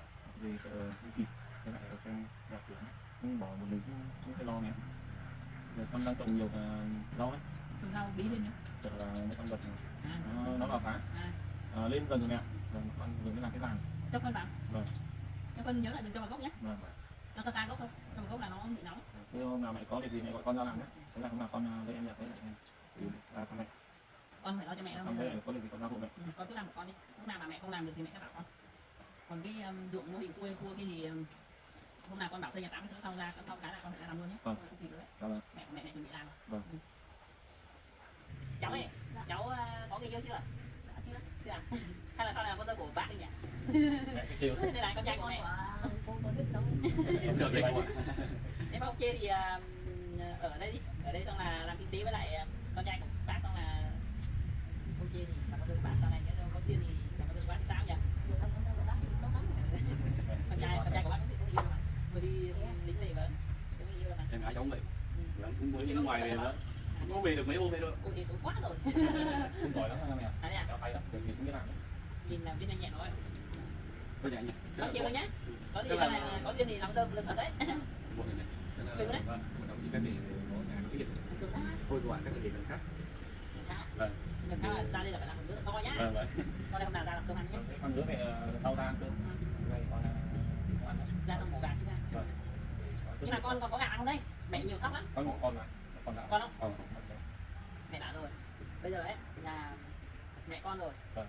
Nhà này cũng coi như là nhà của con đi. Vâng. Xong là cái gì ấy thì là con yếu tố gì con cứ ra đây mà lấy. Con phải ngại đâu nhé. Xong riêng này đời này con ra mặt khác mà ăn. Vâng. Xong là mấy con vịt đấy con nọ mẹ cũng có mua được 2 bao cám. Cám gạo ấy là con chở một bao về cho gà đi. Con vẫn còn 8 rồi thì lúc nào con tao lấy xong được. Mẹ cứ để đây này. Nhá. Vâng. Con ra lấy nhá. Vâng. Con tao lấy vua xong con lấy luôn. Đấy nhá. Nếu vì nuôi không thì nuôi cám cò không thì nó hao lắm. Vâng. xin phép cô nhé Con xin phép con về đây này. mời cô đi chơi này cho Vâng, quả Hôm nào mình bảo con trai của bác ra đây chơi nhá. Vâng. Con này con xách cái bí lên đây. Ê, con cảm ơn mẹ nhé. Cho là Con. ấy nó còn người đi ạ. Thôi mẹ. Để về mai cho đứa con gái nào. Con cảm ơn ạ. cô đồng xin phép luôn nhé Vâng. Thế con xin phép về đây. Con về nhá. cảm ơn cô nhé Vâng. Cháu nhá, cháu nhá. Đấy, thì có yêu thì tới này xem là con trai của bác thế nào là con dâu của bác nhá. Con xin phép về đây mẹ. Về nhá, hôm nào ra ăn cơm nhá. Vâng. Con nhá. Thế là đi nếu mà đi đâu xa ra đây lấy xe mẹ đi nhá. Thế mẹ giữ gìn sức khỏe nhé. Con xin phép con về đây. Vâng. Là có gì alo mẹ nhá. Vâng. Nếu có gì cứ ra lấy nhá. chào cô nhé Khỏi ngại đâu nhá. Vâng. Cháu gái về nhá. Vâng ạ. Mà ra con chơi. Vâng. Con về nhá. vâng chào cô nhé Bye bye nhá. Vâng, đúng là lính có khác nhỉ, đi bộ giỏi thật đấy. Vâng, đi về nhá. Hiếu thì cứ ra lấy con nhá. Thì thằng con trai bừng quá. Nhìn cái cháu gái thì mình xinh thật đấy. Đi làm sung rượu à? Mà tôi chưa biết là thế nào. Nhưng mà sau này mà thằng trai mình nó không hiểu được thì nhưng mà người tốt thật sự thì là con dâu cũng được hết. Cào nốt mấy cái gốc cà này đã.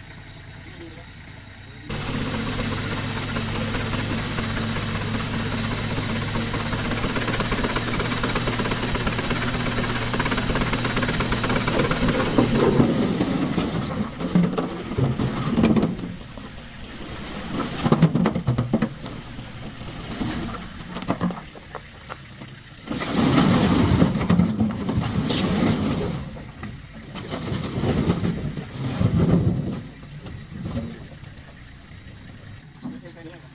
Chở cái xe nữa.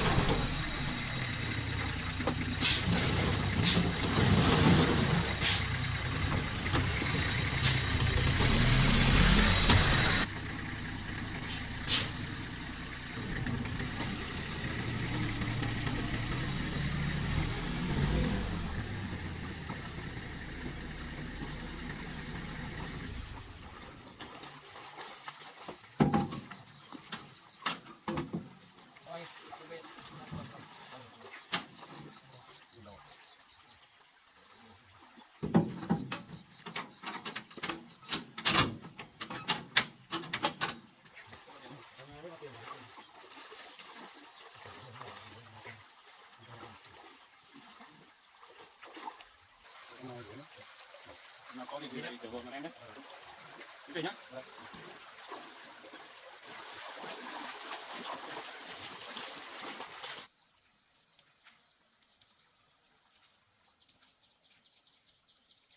Đi tìm anh chặt đôi.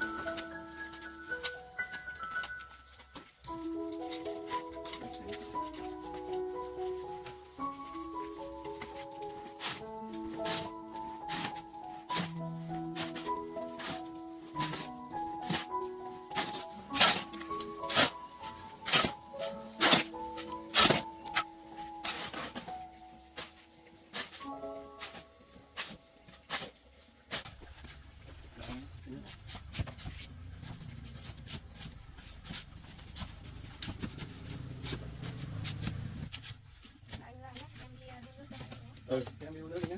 Cứ làm như vậy, có phải đấy. Lại thôi làm.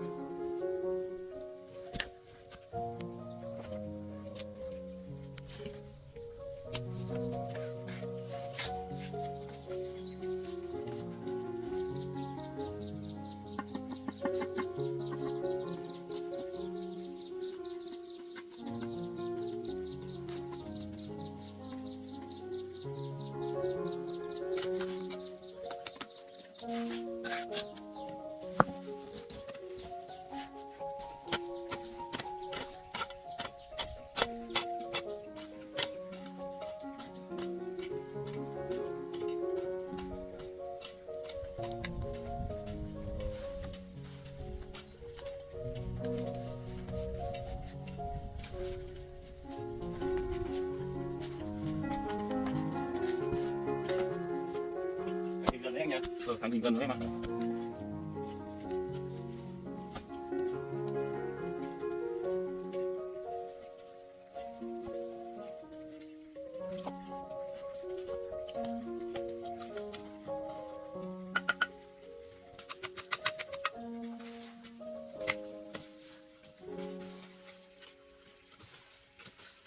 Không biết anh gái em thấy có mình không? Làm việc nhẹ nhẹ. Xưa cũng làm nông quen. Thời gian ngày xưa nhà em cũng làm đâu. Dạ, cũng làm nông. Giờ nó cũng quen. Đi nước ngoài thì là vì cái làm cái này. Cái gọi là thì nó chăm chỉ lắm. Rồi đi nước ngoài thì cái người nông. Hắn làm được chế giỏi rồi. Chơi cũng học khó. Cũng chỉ là làm nông thôi chứ chẳng Nhưng mình cố gắng hoàn thiện nhỉ. Rồi, ngày càng cho cái trang trại này đẹp lên nhỉ. mình cứ bắt đầu mình cứ làm cái đấy. Cứ hoàn thiện dần một cái. Anh Trọng ơi, mang qua đội mũ vào đi. Thế anh cảm ơn nhé. Thế là cái mũ trời cũng nắng rồi đấy. Em làm ở ngoài cũng được mũ rồi nhá. Vâng ạ. Không nóng lắm đấy. Này, em đi lấy nước cho anh uống nhé. Thế em cảm ơn. Làm được đi làm thôi em ạ. Không có mệt lắm.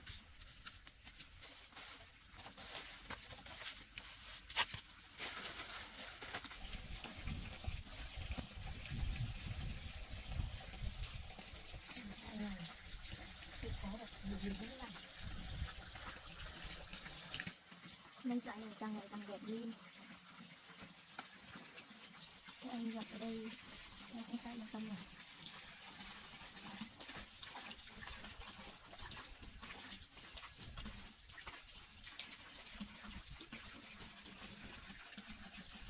Hai anh ơi, nghỉ uống nước đi. Là phải từ lấy cho anh khăn đi. Em bắt nghỉ ngồi uống nước một tí được nhỉ. Em cứ ngồi xuống đi, ngồi xuống mát.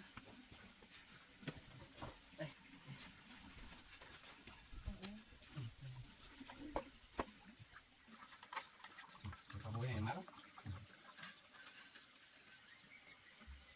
Em mệt không em? Bình thường ạ. Thế tốt không? Rồi anh chỉ sợ vất vả thôi. Làm việc cùng với anh là vui lắm. Cảm ơn em nhé. Thế đấy xây cỏ ngoài kia. Nước mát rồi đấy. Mình cứ làm việc nhẹ nhàng. Nóng quá thì vào nhà ngồi nghỉ. Thế lên đây thì có nhớ nhà cho bố không? Nhưng anh ạ, nhưng mà em nói với bố bảo là em lên đây chơi với anh Nhật mấy hôm. Nhưng mà bảo bố không đợi đợi. Thế thì chắc bố cũng yên tâm thôi nhỉ. Em lên đây với anh Nhật thì chắc là đến xem anh Nhật ở đây làm Vâng, thế nào. em lên chơi với ông xong em lại đi về. Rồi cứ ở đây thế nào em muốn về thì về, đi chơi ở đây đi. Hôm nào chắc là anh em mình đưa em gái đi chơi cắm trại một chuyến nhỉ. Hôm nào đưa đi picnic một cái. Thế Đi là thăm. thế thì vui lắm. Ở đây thì có mấy chỗ đẹp lắm. Anh chưa có thời gian đi. Thì hôm nào xong cái này đi này, anh em mình đi. Là có thời gian thì anh cho anh đi chơi nữa. Có chỗ phòng nguyên họ người ta bò ra trâu ngày xưa nào đâu anh không vào không biết bây giờ như nào. Mà chắc anh vẫn phải vào khu đấy chơi một chuyến. Thế anh đi tính tương lai như thế nào? Anh thấy anh thấy còn trẻ mà. Có lúc mới Anh nhá, anh thì từ bé lớn thì anh toàn sống một mình này thì anh ước mơ của anh cũng không cao sang đâu, chỉ mong là có một ngôi nhà này, chăn nuôi kinh tế lớn, sau này lấy được cô vợ sinh con sống tốt rồi em ạ. thế là tốt rồi. Thế còn em, Ai cũng có ước mơ lại. thế còn em Nhật có ước mơ gì không em? Em thì cũng vậy. Chỉ mình cũng làm nhà, làm cửa với trồng trọt chăn nuôi. Cũng lấy một cô vợ nữa. Thì thế là hạnh phúc rồi anh ạ. Thì Chả cần cao sang gì đâu. em thì cũng không chí lớn mà em còn trẻ hơn anh thì ước mơ gì nó cao sang hơn một chút đi. Em bây giờ chỉ thích mình ở yên bình vậy. Cũng cao sang thì ra ngoài xã giết nó lặn lộn thì cũng nhiều rồi anh ạ. Bây giờ mình cứ ở nhà, mình ước mơ mình làm được căn nhà rồi mình nuôi lợn, nuôi gà, nuôi vịt, mình kinh tế, làm kinh tế. Chí lớn sống bình yên thôi anh này. Thế còn em? Em cũng có ước mơ là em sẽ là một người bác sĩ để chữa bệnh cho mọi người. Ước mơ của em thật là vĩ đại với cao cả đấy. Thì anh chúc em tương lai sẽ trở thành một bác sĩ tốt nhé. Cố gắng lên nhé. Bây giờ em đi du học về mà thì em có học thức mà, hơn một anh thì cố gắng lên. Năm này còn giúp đỡ anh ấy Nhật chứ, đố nữa để những người thân họ hàng xung quanh nữa. Những người hoàn cảnh khó khăn cũng đau bệnh tật. Cố gắng lên nhé. Có nhặt hai anh em làm tiếp nhỉ? Thế hai anh em làm tiếp này. Em cứ vào cái ngồi nghỉ đi. Thế là anh làm việc đấy.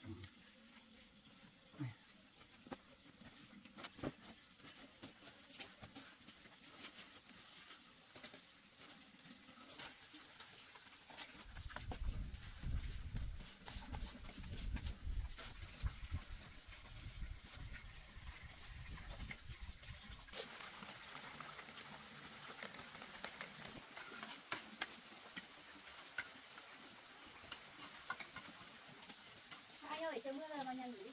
Chỉ mưa. Em chắc mưa này cái này cái mưa là ốm á. Em cứ vào nhà chứ. Cái này là che này.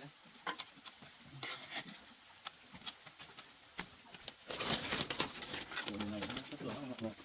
Mưa có làm được.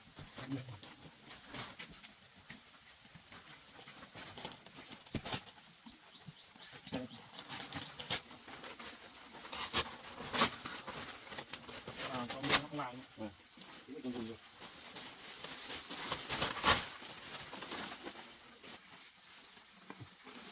Cái này nó khô dần thì cũng không cần phải kem, nó mưa không phong. Anh rửa tay đó. Vâng. Anh chắc mưa không to nữa. Mình lấy nước.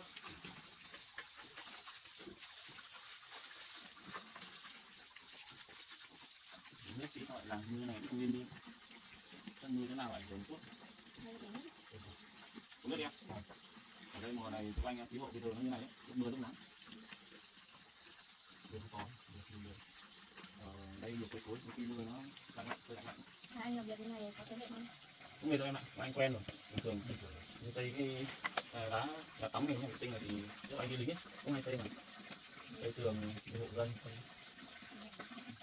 Đây kia quả vải rồi. Cái quả vải đấy ngày xưa anh thấy em ạ. Tí anh em thế này thì tay thì anh đi lấy được.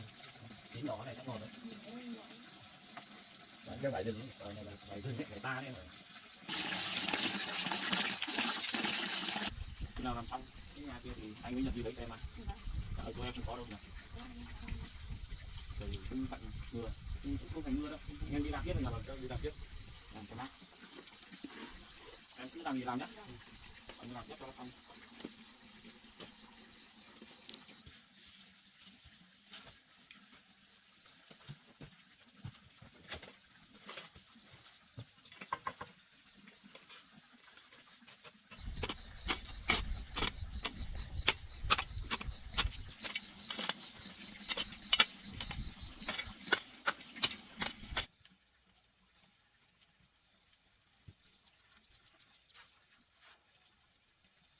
Một hàng này nữa là xong em ạ. Chắc mình cho cao bằng ngày cho em nhỉ. Cái này thôi. Cái này còn đây.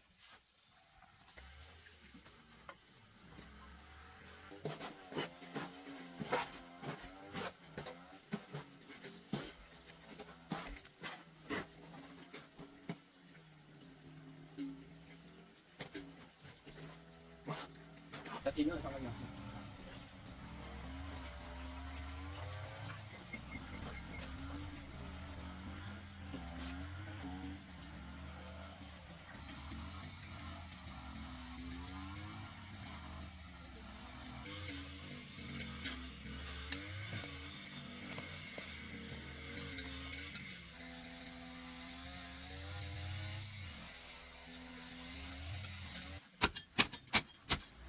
Dạo này mọi người ở đây chắc đi khai thác đồi em. Vâng. Giờ đây các cây to, nhiều cây to ấy. Lớn cây khai thác nhỉ. Đi làm đồi nhiều. Được em ạ. Vâng. Tốt số bên này sửa xong. Rồi anh em lấy cây tre để đơn số em như nào.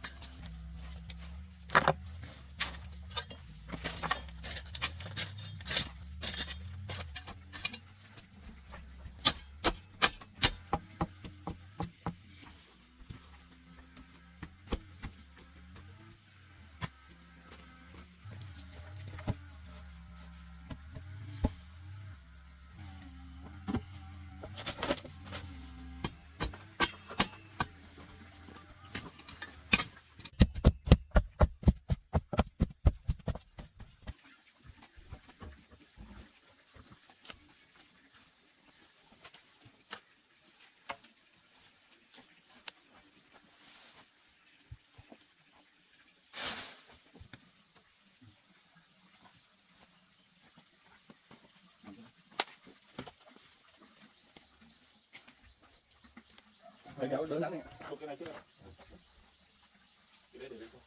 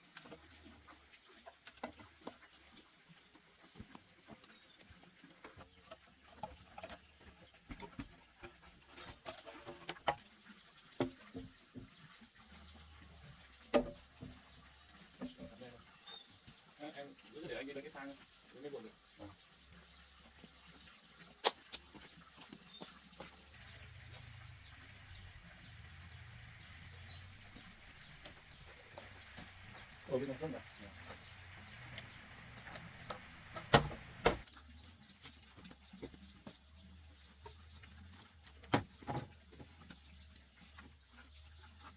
Anh đi lấy thép.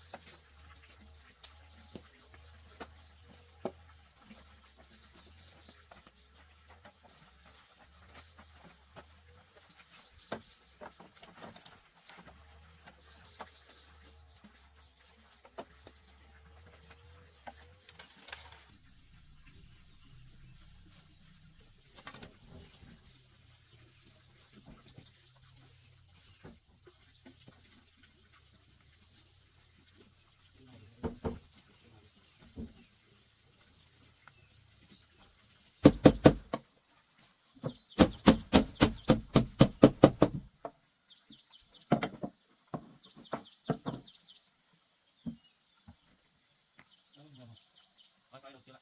Được đúng đấy.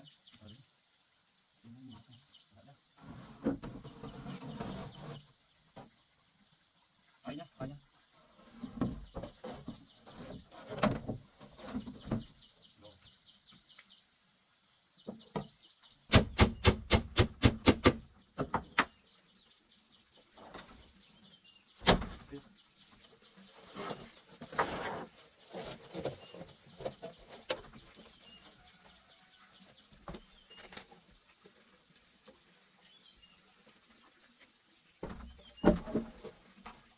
Rửa cho anh nhé, để anh lau này.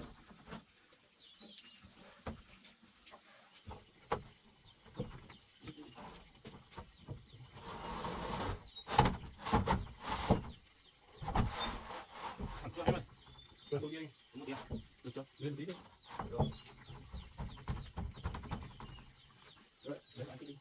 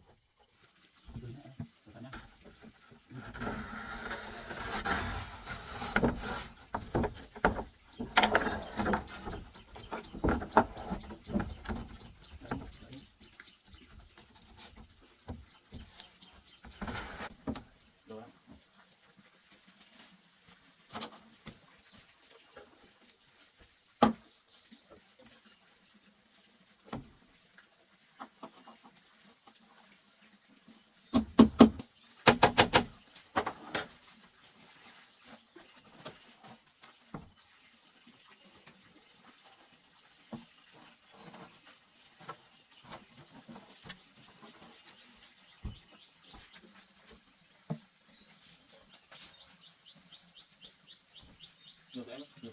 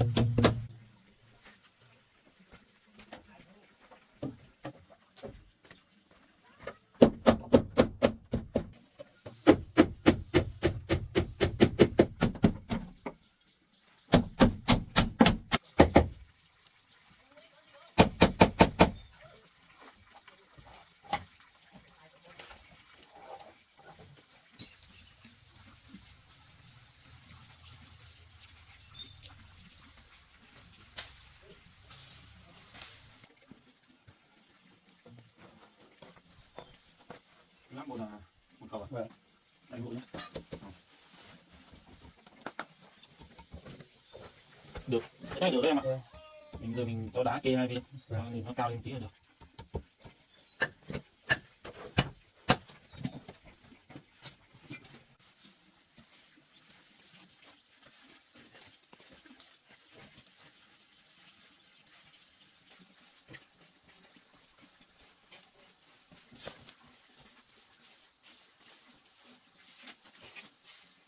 Anh ơi, anh làm sắp xong chưa? Em làm cái cửa này sắp xong rồi. Xong à? Vâng. Sắp xong rồi đấy. Thế à? Bọn anh phải làm quá. Em bảo em biết ăn này, anh không được vào hộ đâu. Vâng, sắp xong rồi. Xong rồi nhỉ? Xong Tí rồi, mình xong rồi đấy. cuốn này đẹp đấy nhỉ? Vâng. Em kéo tay rồi đấy. Tí lắp lên chắc đẹp lắm. Anh làm nốt kia với em làm nốt kia là xong. Em lấy thử là gì? Xong rồi thử lắp được.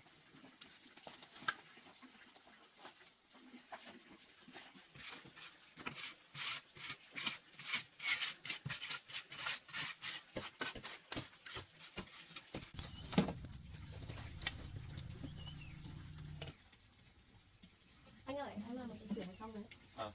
Để xem nào. Làm con dây treo này. Làm đẹp hết. Để đấy, em đỡ hộ này. Đỡ hai người đỡ, mỗi người đỡ một bên để anh buộc trên này xem. Đỡ nhé. Đỡ thẳng cao.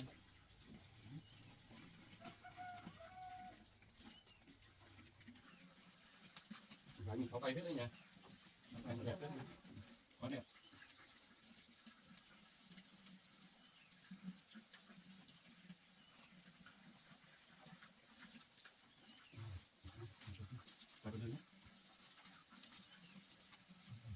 Đẹp luôn. Đẹp luôn này. Em thử cuộn lên xem nào. Cuộn lên xong để lên đá này.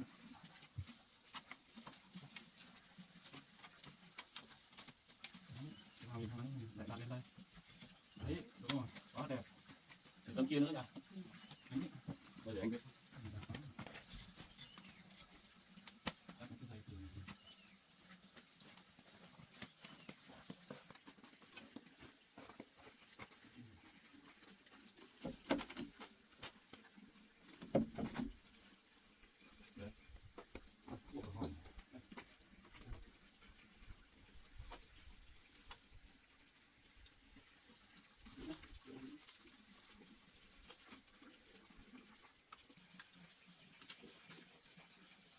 Mặt cho em. Đây này. Cho đi. Được rồi.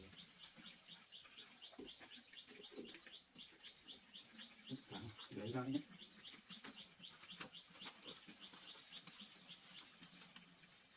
Rồi, kéo lại bên này một tí. Đấy. Quá đẹp.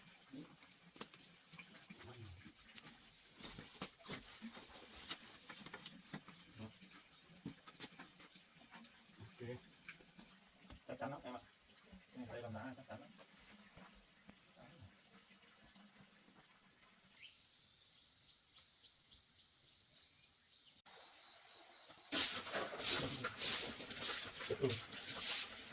Nó mình lấy về nó sợi người. Nó đang chơi lại người. Chúng mình đi gần lắm em.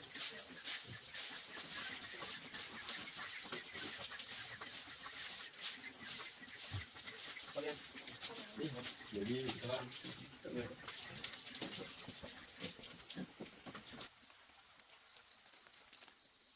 Nó đắng này là cũng lớn.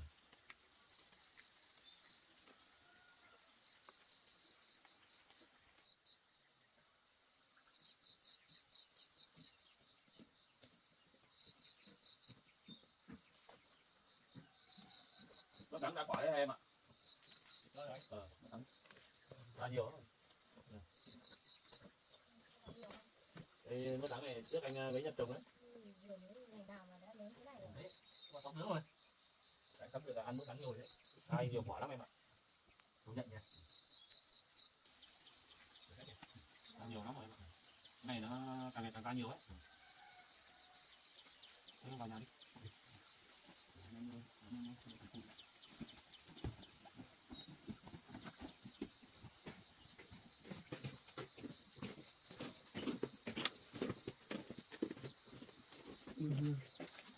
Hôm nay chắc anh em mình đi tìm chuối bán đi nhỉ? Chuối đi bán đi. Tìm xem quả chuối nào chín không. Tí kinh nghiệm mình lâu lâu đi ra chợ chơi một chút nhỉ. thì mình kiếm đồ bán luôn nhỉ. Dân có thích đi không em? có mình thì bị Đi ra ngoài của anh Mình cứ đi ra đấy tìm xem có chuối chín không em ạ. Mình bán chuối chín sẽ được nhanh hơn. Chuối tươi chín mình nghĩ là họ cũng không bán đâu. Thế bây giờ anh em mình đi nhỉ. Mặc sớm. đỡ bố em. Anh đi đóng cửa đó.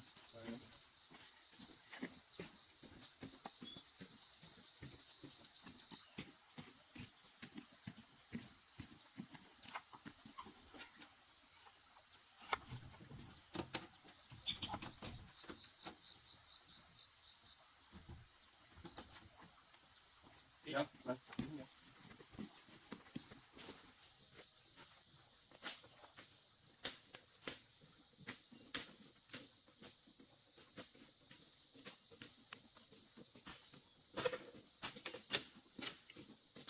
Chào anh nhá. Anh thấy ở đây có chuối này. Đây chuối anh của anh à? Đấy, ở nhà này Anh xem coi anh có chuối to để bán không? Bọn em mua một ít đi chợ bán. có mấy buổi kia đi xem cây nào lên thì chặt không Để em đi xem đấy. Đấy. em đi xem ấy.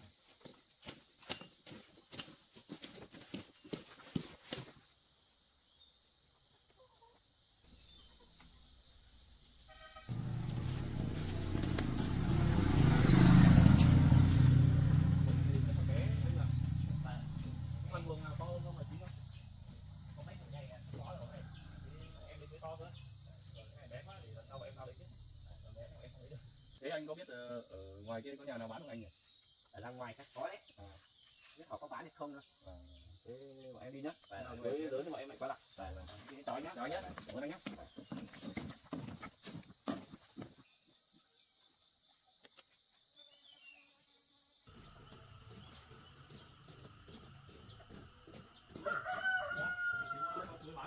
Nhà cũng không có đâu, nhưng mà cái đường này đi vào trong kia có nhiều lắm. Đi vào trong này. Vâng, theo cái đường bê tông này đi vào ấy. Cháu cảm ơn chú nhé. Vâng. Cháu đi đơn đấy ạ. Vâng. Cháu cảm ơn nhé. Vâng.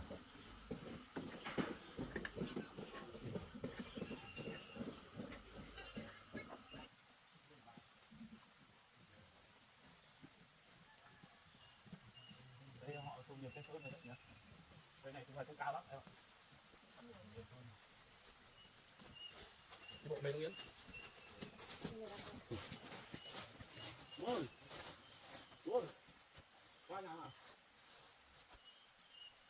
Đó. Đó hỏi một chút chú ơi. Gì đó? Chú cháu hỏi là nhà chú có chuối bán không ạ? Nhà chú có ít lắm, dưới gần bé ngon thôi. Thế chú biết nhà nào có không ạ? Đi vào trong này trong có cái điều trong kia. Thế cháu vào trong thì cháu cảm ơn chú ạ. Cảm ơn chú nhé. Rồi. Cháu đi thôi.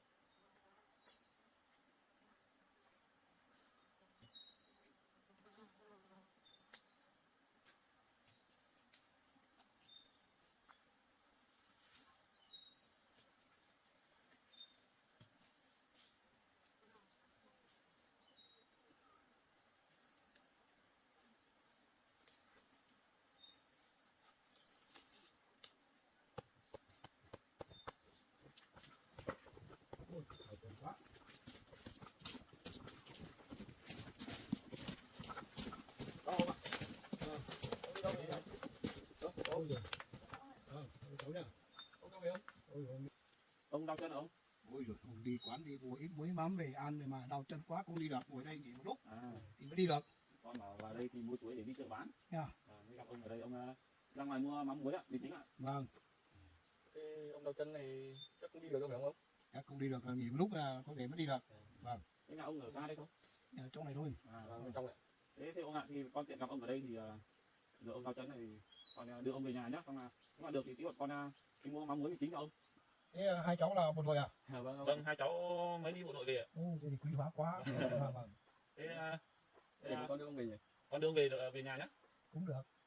Nếu ông không ngại thì bọn con đưa ông về nhà bây giờ. Có làm phiền hai cháu không? Dạ không ạ, cháu cũng tiện đường vào trong đi hỏi nào có chuối bán luôn. Vâng, thế cảm ơn các cháu nhé. Thế để điều Thế đi ông nhỉ? Dạ, trong này, Trong dưới này. trong này thôi. Vâng. Còn mới để tí cháu đi ra mua cho ông. Vâng, cảm ơn các cháu. Thế thì các cháu cùng công đi nhà.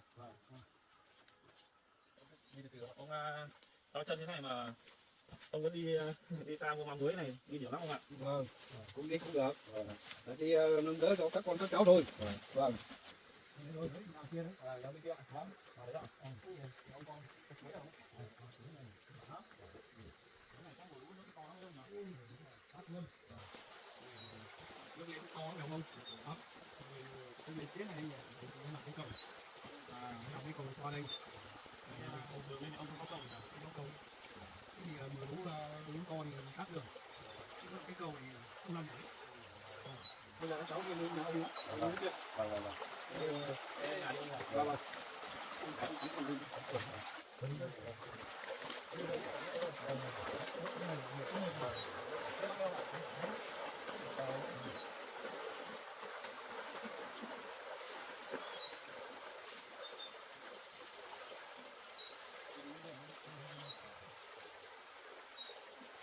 Đường lên thì ông hơi khó đi nào. Không. Đây là cây sa nhân. Đây là quả của bán lấy tiền. Kia là cây đăng. Cây đăng chuối lá. Tiền. Đây là chuối. Nhiều chuối này, ông nhiều chuối này nha. Mấy cây chuối này là cũng vậy rồi. Cứ vào nhà đi. Nhà ông đây ạ. Vâng, đây. Nhà ông ở đây á. Vâng. Vườn ông rộng nhỉ? Vâng. Cho vào chỗ cây. Ông ở đây luôn à? Cái này cây rau thơm là cây chí tô đấy. Vâng. Ông trồng được nhiều thứ không nhỉ? Vâng. Cháu vào nhà đi.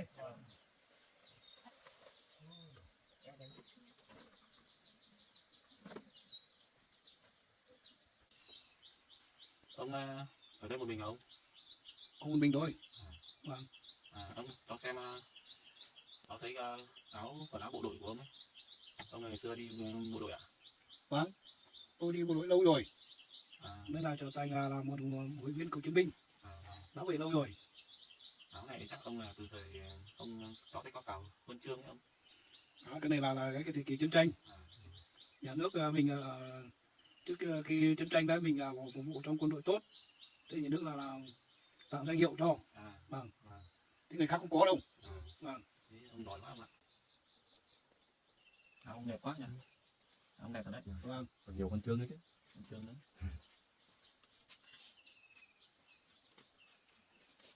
Đây các cháu xem này. Thế là nhà nước là truy tặng cho tôi thời kỳ kháng chiến. Huân chương gì không? Đây là huân chương chiến công. Cái này là huân chương gì không? Cái này là nhiều đảng. Ông đã là 30 năm tự đảng. Đấy. 2 năm tự đảng. Cái này là huy hiệu của cựu chiến binh. Tức là khi đi bộ đội về để nhập vào hội thì có cái này đeo để nhãn hiệu của là hội cựu chiến binh. Đấy, các cháu hiểu không? Vâng. Đẹp quá không nhỉ? Vâng. Cháu cũng mong ước sau này là cũng được như ông ấy. Đấy, các cháu là bộ đội Cháu là bộ đội thời bình không ạ? thời bình. Bây giờ lại gặp ông là bộ đội thời kháng chiến này, cháu thấy ngưỡng mộ và vui quá. Vâng. Không biết nào mà cháu có huy hiệu để đeo như này. Tức là đã là bộ đội thì mình phải tuyệt đối trung thành với tổ quốc, với đảng, với nhân dân thì mới là được cái danh hiệu này. Vâng. Tức là thời bình nhưng mà vẫn là bảo vệ tổ quốc. Mình phải là tuân thủ theo cái luật nghĩa vụ quân sự và học tập tốt thì mấy thành chiến sĩ là hoàn thành nhiệm vụ. Vâng. Tức là thời kỳ ông ra đi đấy là nó khó khăn lắm, chiến tranh thì rất là nguy hiểm, nhưng vì tổ quốc, vì nhân dân phải là khắc phục, phải phấn đấu, phải là chịu trách nhiệm trong mọi tình huống chiến tranh xảy ra. Suốt bao nhiêu năm tháng ở trong rừng thì đến hậu quả, đến bao nhiêu năm ông về thì mới có cái này. Các cháu có hiểu không? Vâng. Cháu thật đáng ngưỡng mộ. Vâng. Ông thật là một người cao cả đấy ông ạ. Vâng. Ông là chia sẻ những câu chuyện nhưng mà báo cho cháu nghe. báo các cháu là ông về thì hoàn cảnh lắm. Đến nhà còn bé này còn chưa làm được nhà to đâu. Đi lâu năm, đi bộ đội lâu năm về thì bây giờ hoàn cảnh nó không vợ không con gì. Ông ở sống một mình luôn. Một mình ở đây thôi. Thế thì cũng trồng mấy cái cây.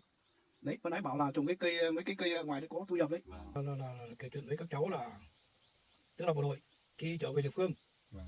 phải ôn lại truyền thống anh bộ đội Cụ Hồ Vâng. để đoàn kết với mọi người. Thế cái điều kiện hoàn cảnh kinh tế thì mình tự giảm tự tiêu. Thế cho nên ông là hoàn cảnh quá là ông mới ở đây để khắc trồng cây ngắn ngày để phục vụ đời sống. Vâng. Cho nên là mình cái gì khó khăn mình phải cố gắng. Cháu lính Thái Bình về cũng tự làm kinh tế. Vâng. Kiểu vâng. Chung là nhà nước cũng sẽ hỗ trợ bọn cháu tiền đi về không ạ? Vâng. Chắc ông ngày xưa ông có hỗ trợ không ạ? Ngày xưa là hỗ trợ ít lắm. Để cái thời kỳ bao cấp nhà nước còn khó khăn. Thế cho nên là tôi về thì nó chỉ giải quyết cho một lần thôi. Theo cái nghị định 162 thì được có một lần rồi. Vâng.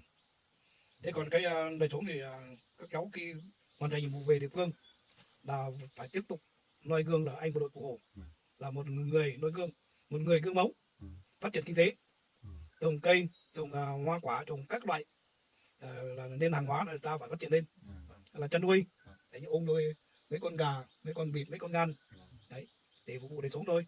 Thì ông đưa bọn cháu đi xem được không ạ? Được. Vâng. Thế nhắc cái gì là các cháu đi cùng ông đi xem. Vâng. Cháu đi xem trang trại của ông nhỉ. Vâng. Nhà của ông cũng vườn trang trại rộng. Vâng. Đi vậy. Để ông trồng cây sa nhân cũng nhiều ông nhỉ? Đây là sa nhân. Cây sa nhân thì nay mai lấy quả để bán cái tiền. Tiếp tục thêm hoa màu như là quả cây dưa, cây tuột. Là cái rừng đấy thì mình trồng với cây bồ đề thì bán cái tiền. Xưa đây nó về cho phát xong là trồng cái cây này thì nó thành tiền rồi, giờ bán được tiền rồi. Nhưng mà ông cái điều kiện là sức khỏe yếu, chân đau nữa, không làm được, không thể khai thác được.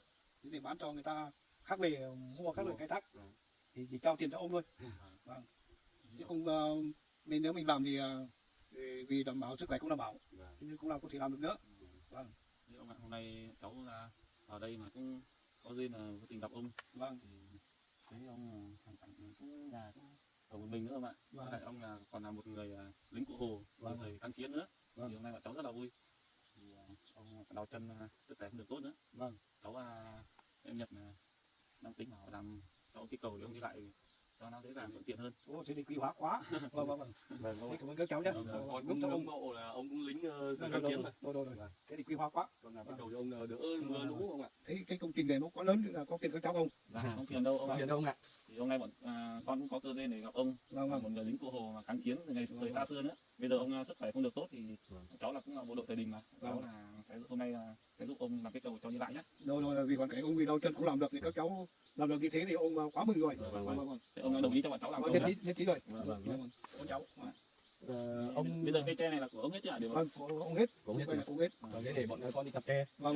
Rồi. Thế ông vào nhà nghỉ. Vâng. Còn mong muốn thì chính thì có làm cầu xong mà bọn con đi mua rông nhé. Vâng.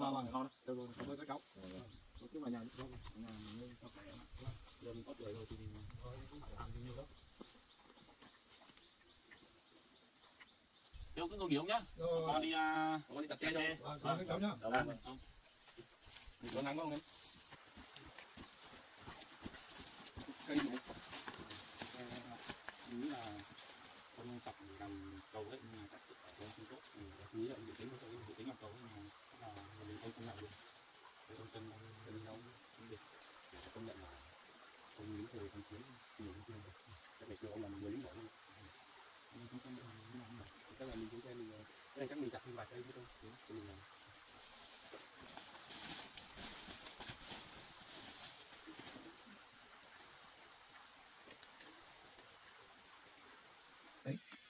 Các cháu ông là làm cái cầu hôm nay cái gì cũng là đầu tiên ông không làm được vì nước lũ thì làm bé thì đã trôi đi. Thì hôm nay các cháu bộ đội đến giúp cho ông thì ông mừng quá.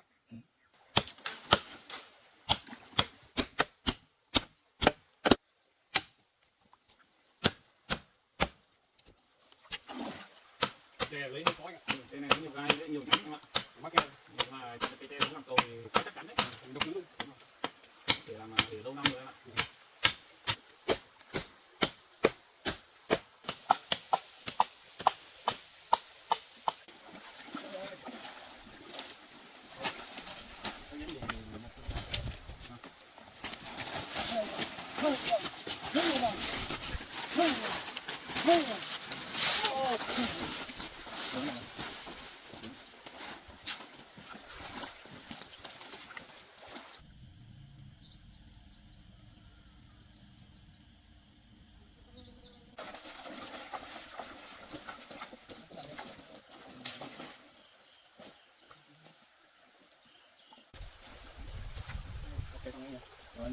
chắc phải đi hỏi ông xem là chầu nào cho nó là đoạn này hay đoạn trong lên cho nó hợp lý em ạ. Nào lên nhà trồng luôn. Cái đấy bắt đầu đi lên hẳn. Cái đi lên hẳn. Ông ơi. Ông. Đó. Thường là xưa ông làm cầu chỗ nào ông đi chỉ bọn con để con làm cầu lên cho ông đi lại dễ dàng. Đây đi luôn. Vâng. Ôi, ông làm chỗ nào ạ? Đây. Nó qua chỗ này, nó đẹp hơn. Cái đầu tiên nó nhiều quá. Các bạn từ kia, có bộ đội đứng kia trong này. Vâng. An toàn hơn. Thế là con làm cho ông đầu nhá. Vâng. Ông cứ vào nghỉ ngơi đi ạ. Cảm ơn. Vâng, nắng lắm các bạn. Ông cứ vào nghỉ đi.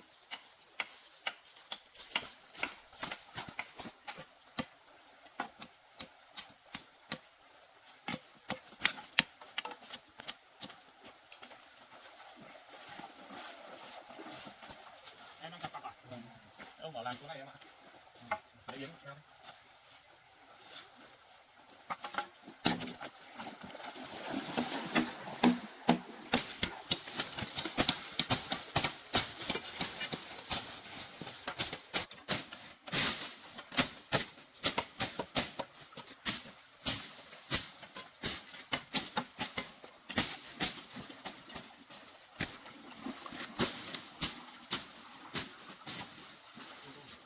Ông cũng làm cầu đây rồi. Cầu lên.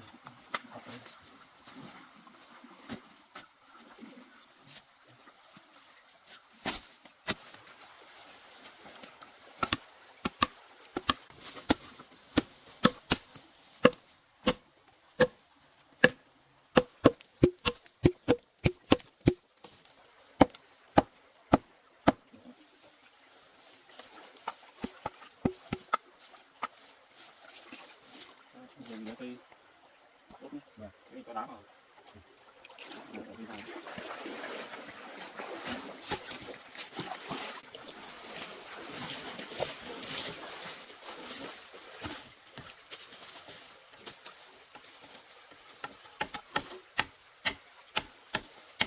Lo nhé.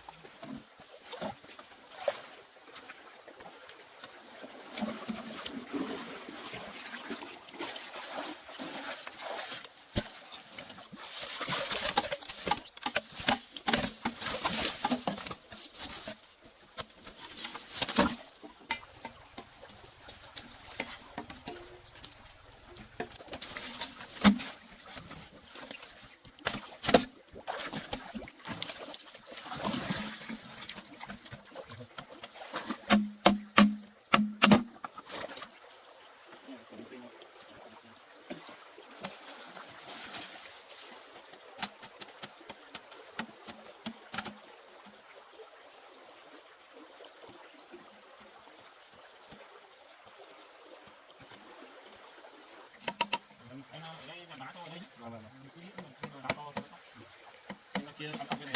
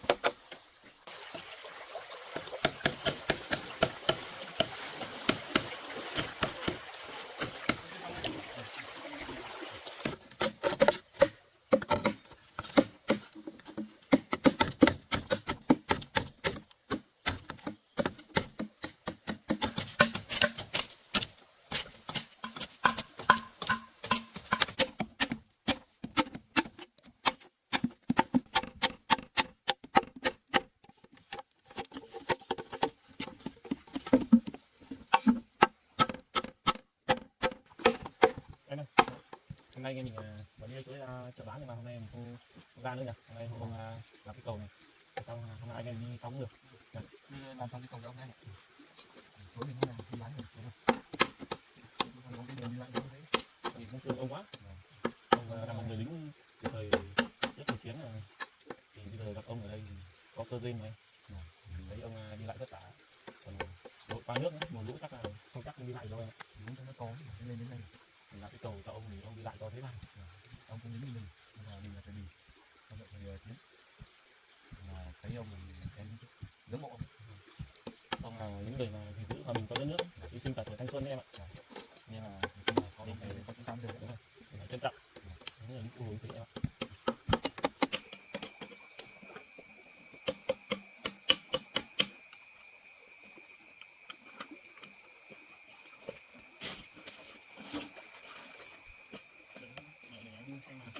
Chắc là bốn cọc bên dưới nó to bằng nhau đi được.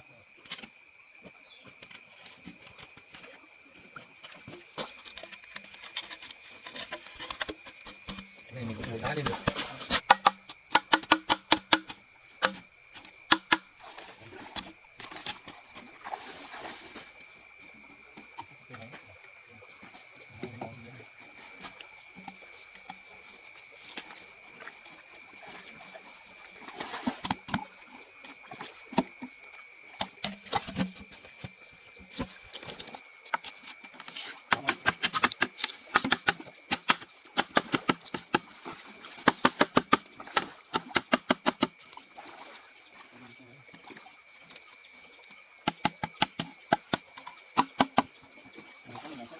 Rồi, bên này mình làm cắt. Tí mình có đá vào nó sẽ cắt ra. Rồi. Mình làm con đá như vậy.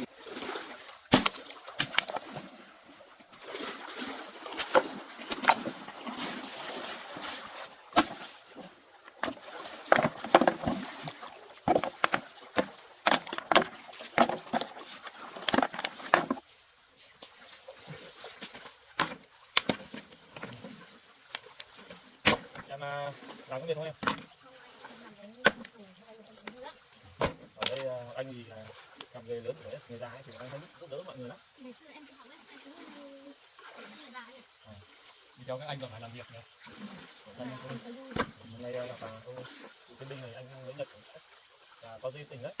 Anh cảm giác thấy vui lắm. Được giúp đỡ ông làm được cái này thì anh trong lòng anh cảm giác là vui vẻ hơn nhiều, người nó thoải mái hơn. Làm việc này phải nhiều. Đúng rồi. Mình còn làm việc có ý nghĩa.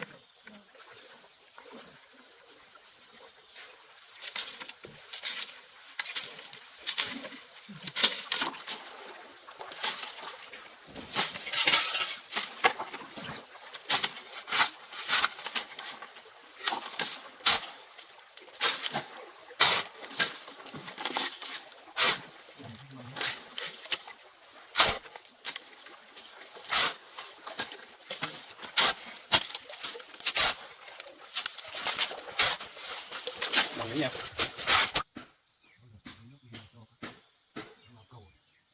Giờ khát nước rồi. Khát uống.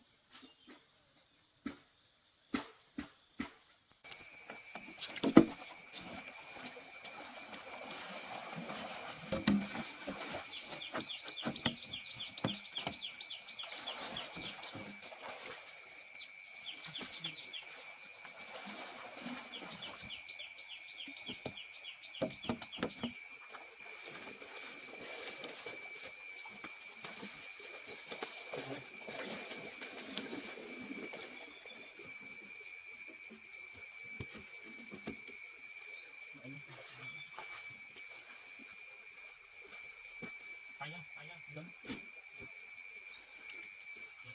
Mình cây vào. Mình một cây ngang nữa cho ông đi lại không. nhẹp cái dưới cắt lên nhẹp nó là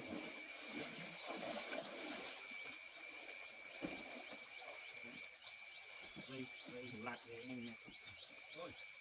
Không. Mà nó bảo quá. Đến giờ này khát nước rồi, chúng ta đun một tí nước chè xanh này cho các cháu uống. Hai anh một chút đi. Lấy nước cho uống. Đây này. Cảm ơn nhé. Đi dẫn em ngồi. Đưa cháu. Rồi, có xin không? Nước ngon quá đi. Chè tươi. Mời cháu uống. Chè tươi này. Vâng. Mát thật. Mời cháu uống nước chè tươi. Vâng, xin nhé. Bạn uống đâu? cháu uống đi. À. Ông ở nhà là đun không làm được gì, đun nước thì uống nước đủ rồi. Cảm ơn ông nhé. Ở đâu nữa? Cảm ơn ông ạ. Uống nước. Cái dây buộc này. Thì đây là cái kim vạn nhé. Ông đang đi chạy lạt để nẹp cái Mà chả đi, mà chẻ đó. vâng ông lấy đi Dùng lên này thôi. ông ngồi đi không Nó bảo các cháu ạ. Không có gì vất vả đâu ạ. Cháu có làm chút là xong mà. Vâng. Đây ông đi lại vất vả quá. Cháu làm cái cầu cho ông đi lại. Chân ông lại đau nữa. Cái này là chắc có cầu đi lại rồi. Không có suối cản nữa. làm như này được không đẹp không Được rồi. Vâng. Cái này thì an toàn lắm rồi. Cái đá này chắc đấy ông ạ. Vâng. Cảnh này các cháu có làm cái này vất vả quá. vất vả đúng không ạ Thấy các cháu làm cái này như ngày xưa ấy. Bộ đội là nhân dân khó khăn là đi giúp dân. Tức là giúp dân là sản xuất là thu hoạch rồi tất cả các việc trong gia đình của dân đấy, vất vả khó khăn đấy. Ai đi giúp dân đấy. từ ngày xưa chắc của ông chắc là vất vả hơn nhiều Ôi vất vả nhiều. Thời kỳ bao cấp nó khác hơn. Cái việc cơ chế nó khoáng rồi. Thì các cháu bây giờ là rất là nhiều. ngày xưa là bao cấp nhiều đói mà không có giá nhỉ Ôi ăn kém lắm. Vâng. Không đủ mặc không đủ ăn. Nhưng mà vẫn phải là làm bộ đội đấy. được có ông thì đất nước mới được hòa bình đúng không Vâng. Bao nhiêu người là hy sinh mất mát ở chiến trường. Đến thời buổi hôm nay là cũng được các ông các bậc và các cô chú ngày xưa đấy. Bao nhiêu người ngã xuống mới tồn tại. Thì bây giờ đấy, những các cháu là làm như thế thì giúp cho dân thế là tốt rồi. Cảm ơn các cháu rồi. Vâng, cố gắng phấn đấu nha. Vâng. đâu ạ Vâng. thường là cháu gia đình này cháu còn thoải mái hơn đâu ạ Vâng. bọn cháu là tiếp bước của các ông thôi Vâng. Cố gắng nhá. Vâng. Nghĩa là công ơn của các cháu là nhiều. ơn của ông còn Không nhiều là riêng cựu chiến binh và nhân dân là người ta cũng rất cảm ơn, rất phấn khởi. Các cháu làm được như thế là giúp cho dân thế là tốt rồi. Vâng. có bao nhiêu cái mối nam bậc cha ông trong ngày xưa là xây nước thì bọn cháu thì xây dựng nước Vâng. Cháu ạ. Các cháu đến lúc ông làm cái cầu đấy thì biết cảm ơn mà tôi chưa biết tên cháu là gì. Cháu tên là Trọng ạ. Vâng, cháu là Lý Trọng. Cháu mới đi bộ đội về ạ. Vâng. Tốt rồi. Cái cháu này là cũng chưa biết tên. Cái là Yến ạ. Cháu cũng đi bộ đội à? Cháu vừa đi học về mà. Cháu lên đây chơi với anh Trần, anh bộ đội này. Cảm ơn cháu nha. Cái cháu nhiệt tình quá nhỉ. Tính là lúc cho ông làm cái cầu này quá tốt rồi. Cái cháu này tên là gì? cháu tên Nhật ông ạ như Yến Nhật Kỷ thì em Yến như là em gái ruột của cháu vâng mới đi du học nước ngoài nữa ông ạ vâng lên chơi với anh trai mấy hôm Xin gái điểm là xin gái quá nhỉ mà chịu khó nhỉ. Chịu khó lắm. Cháu tay lắm ông ạ, việc gì cũng biết làm. Thì anh Nhật này là ở tận Cao Bằng cơ ông ạ, ở tỉnh khác. Ở đây làm kinh tế với cháu ở đây. Vâng. Vâng, có gì đâu ông ạ. Vâng, có đông nhiều ạ. Vâng, ông còn ngưỡng mộ đấy. Yến thì cũng có ước mơ chuẩn bị nước làm bác sĩ đấy ông ạ. Giúp dân mình những người nào già yếu hoặc hoàn cảnh khó khăn đấy. Thì quá tốt rồi. Cháu biết ơn và cảm ơn ông nhiều lắm ạ. Thì ông cứ ngồi đây nhé. Bọn cháu làm tiếp cho cái cầu để cho ông sang đi. Là cho ông đi lại cầu tiếp này. Ông cứ ngồi nghỉ đây nhé. con làm nốt ở đây cho xong đẹp xong rồi ấy, máy ông lấy đây thì Đến đây, đây.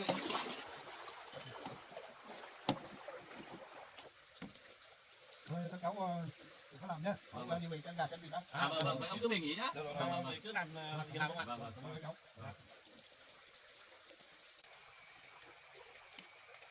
Này cái này vào chắc đấy. Này khi cho ông đi mới không lung lay. Thấy ông đau chân với lại tôi mệt mỏi nhưng mà mỗi lần ông kể chuyện gì ngày xưa kháng chiến chiến tranh là thấy ông hào hùng lắm em là phấn khởi lắm. Thấy ông kể ông rạng rỡ hơn, vui vẻ hơn nhiều em ạ. Mỗi lần kể về những thời kháng chiến thì cảm giác ông vui hơn và cũng có nhiều đau thương nữa. một xưa là một người lính giỏi đấy Giờ mình từ những gia đình thì cố gắng xây dựng đất nước thôi. thì ông cha ta có công giữ nước thì mình có công phát triển đất nước này Đúng rồi em ạ. Thì phải noi gương theo những cụ hồ và ông ngày xưa kháng chiến. Và sau đây không cần biết gì nữa.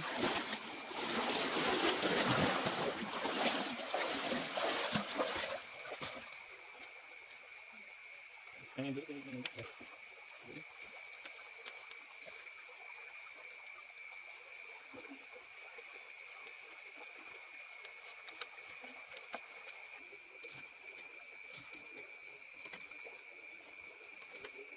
Ở đấy nhỉ, rồi chắc đấy.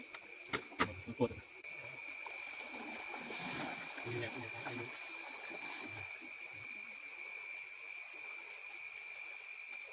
máy không đi thật sự.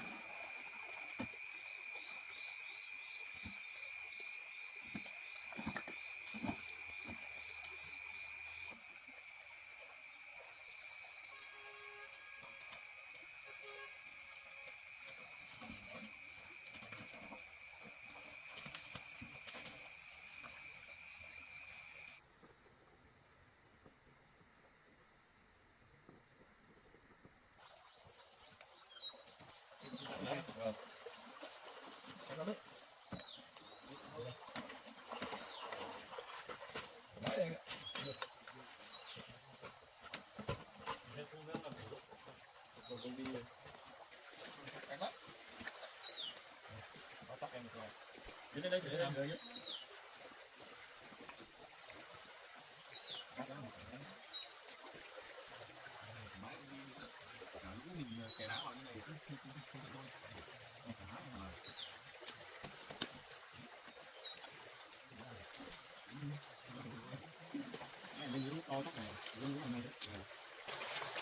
Bây giờ có cầu như này ông đi thoải mái được anh. Ông đi đỡ phải lội qua tuấn em. Lại là nguồn nước to ấy, cũng ông không sợ đấy. Ông đấy ông bảo nguồn nước to ông cũng chạy đâu được, nó muốn thì chính mình mua được. Có cầu Có đường tại chỗ này thì Đường thoải mái rồi, như to cũng sợ đấy. bây giờ như này là chúng ta chuẩn bị ít đâu nhỉ? Không muốn chúng đi mua đâu. Ăn ông cũng đang làm theo chuyện để anh em mình làm theo mình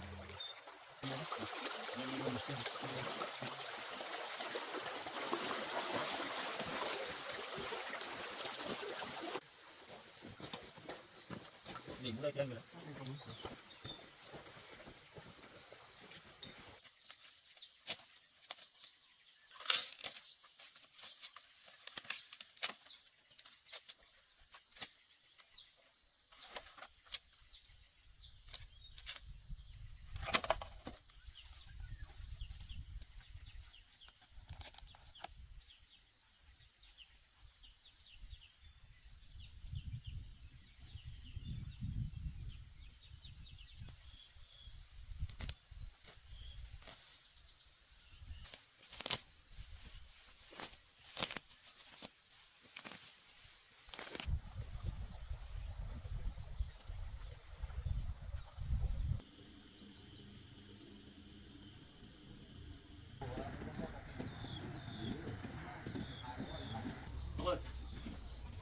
Ông còn trứng thì tôi có đấy. còn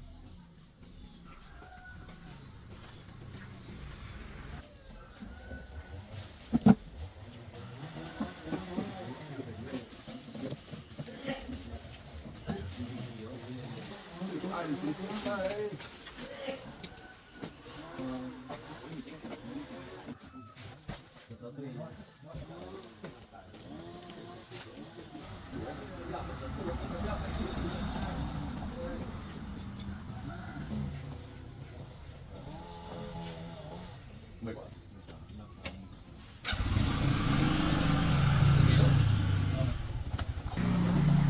Em không tiền Đây em không. Đây con con đi luôn. đi luôn ạ. Đây con nhé.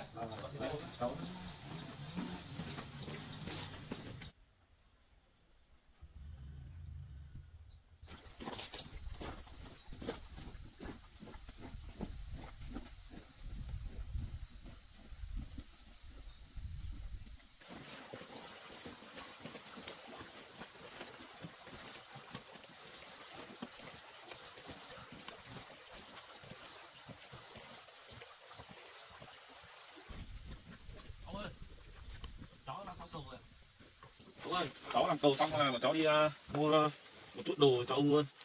Cái này là trà nướng với lại cái sữa với lại mắm muối mì chính. bây giờ đồ cho ông thế. Cái này là thùng mì với 10 quả trứng không ạ? Trứng nữa. Ôi dồi ôi, nhiều quá quá. Cắt ông nhá. Rồi, thế là làm tiền cho cháu nhá. Không sao đâu ông ạ. Rồi. Cảm ơn các cháu. Không chơi để đây. Ông ngồi ạ.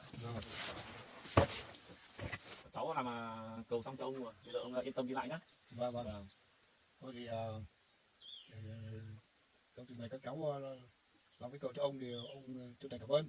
Không có gì đâu ạ. Vâng, cũng là thể hiện là cái việc bộ đội gần gũi với nhân dân.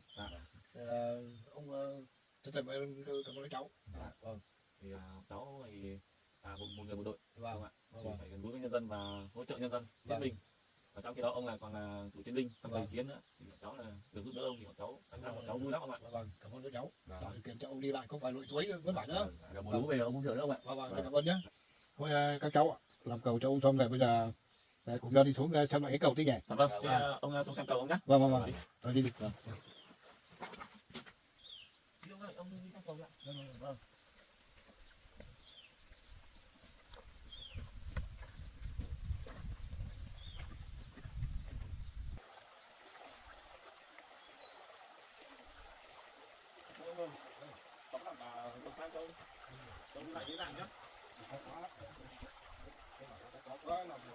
Ý cảm thấy chỗ ông đi lại thoải mái rồi. Yên tâm đi ông. Ông đi ông bám vào cây này nhá.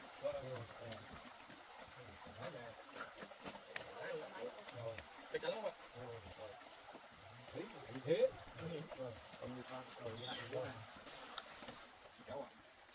Các cháu là làm cái cầu cho ông thì ông cũng nói gì hơn bây giờ tạo điều kiện cho ông đi lại mưa lũ không phải có suối nữa. Tạo điều kiện cho ông đi lại để mua muối mắm để thức ăn. Thế thì ông cũng biết là lời gì hơn. Xin chân thành cảm ơn các cháu. Vâng. Không có gì đâu ạ. Cháu làm được cho ông này bọn cháu là cảm giác trong lòng của cháu vui lắm. Vâng. Thì bây giờ bọn cháu là phải xin phép đi về thôi. Là chúc ông thật nhiều sức khỏe. Vâng.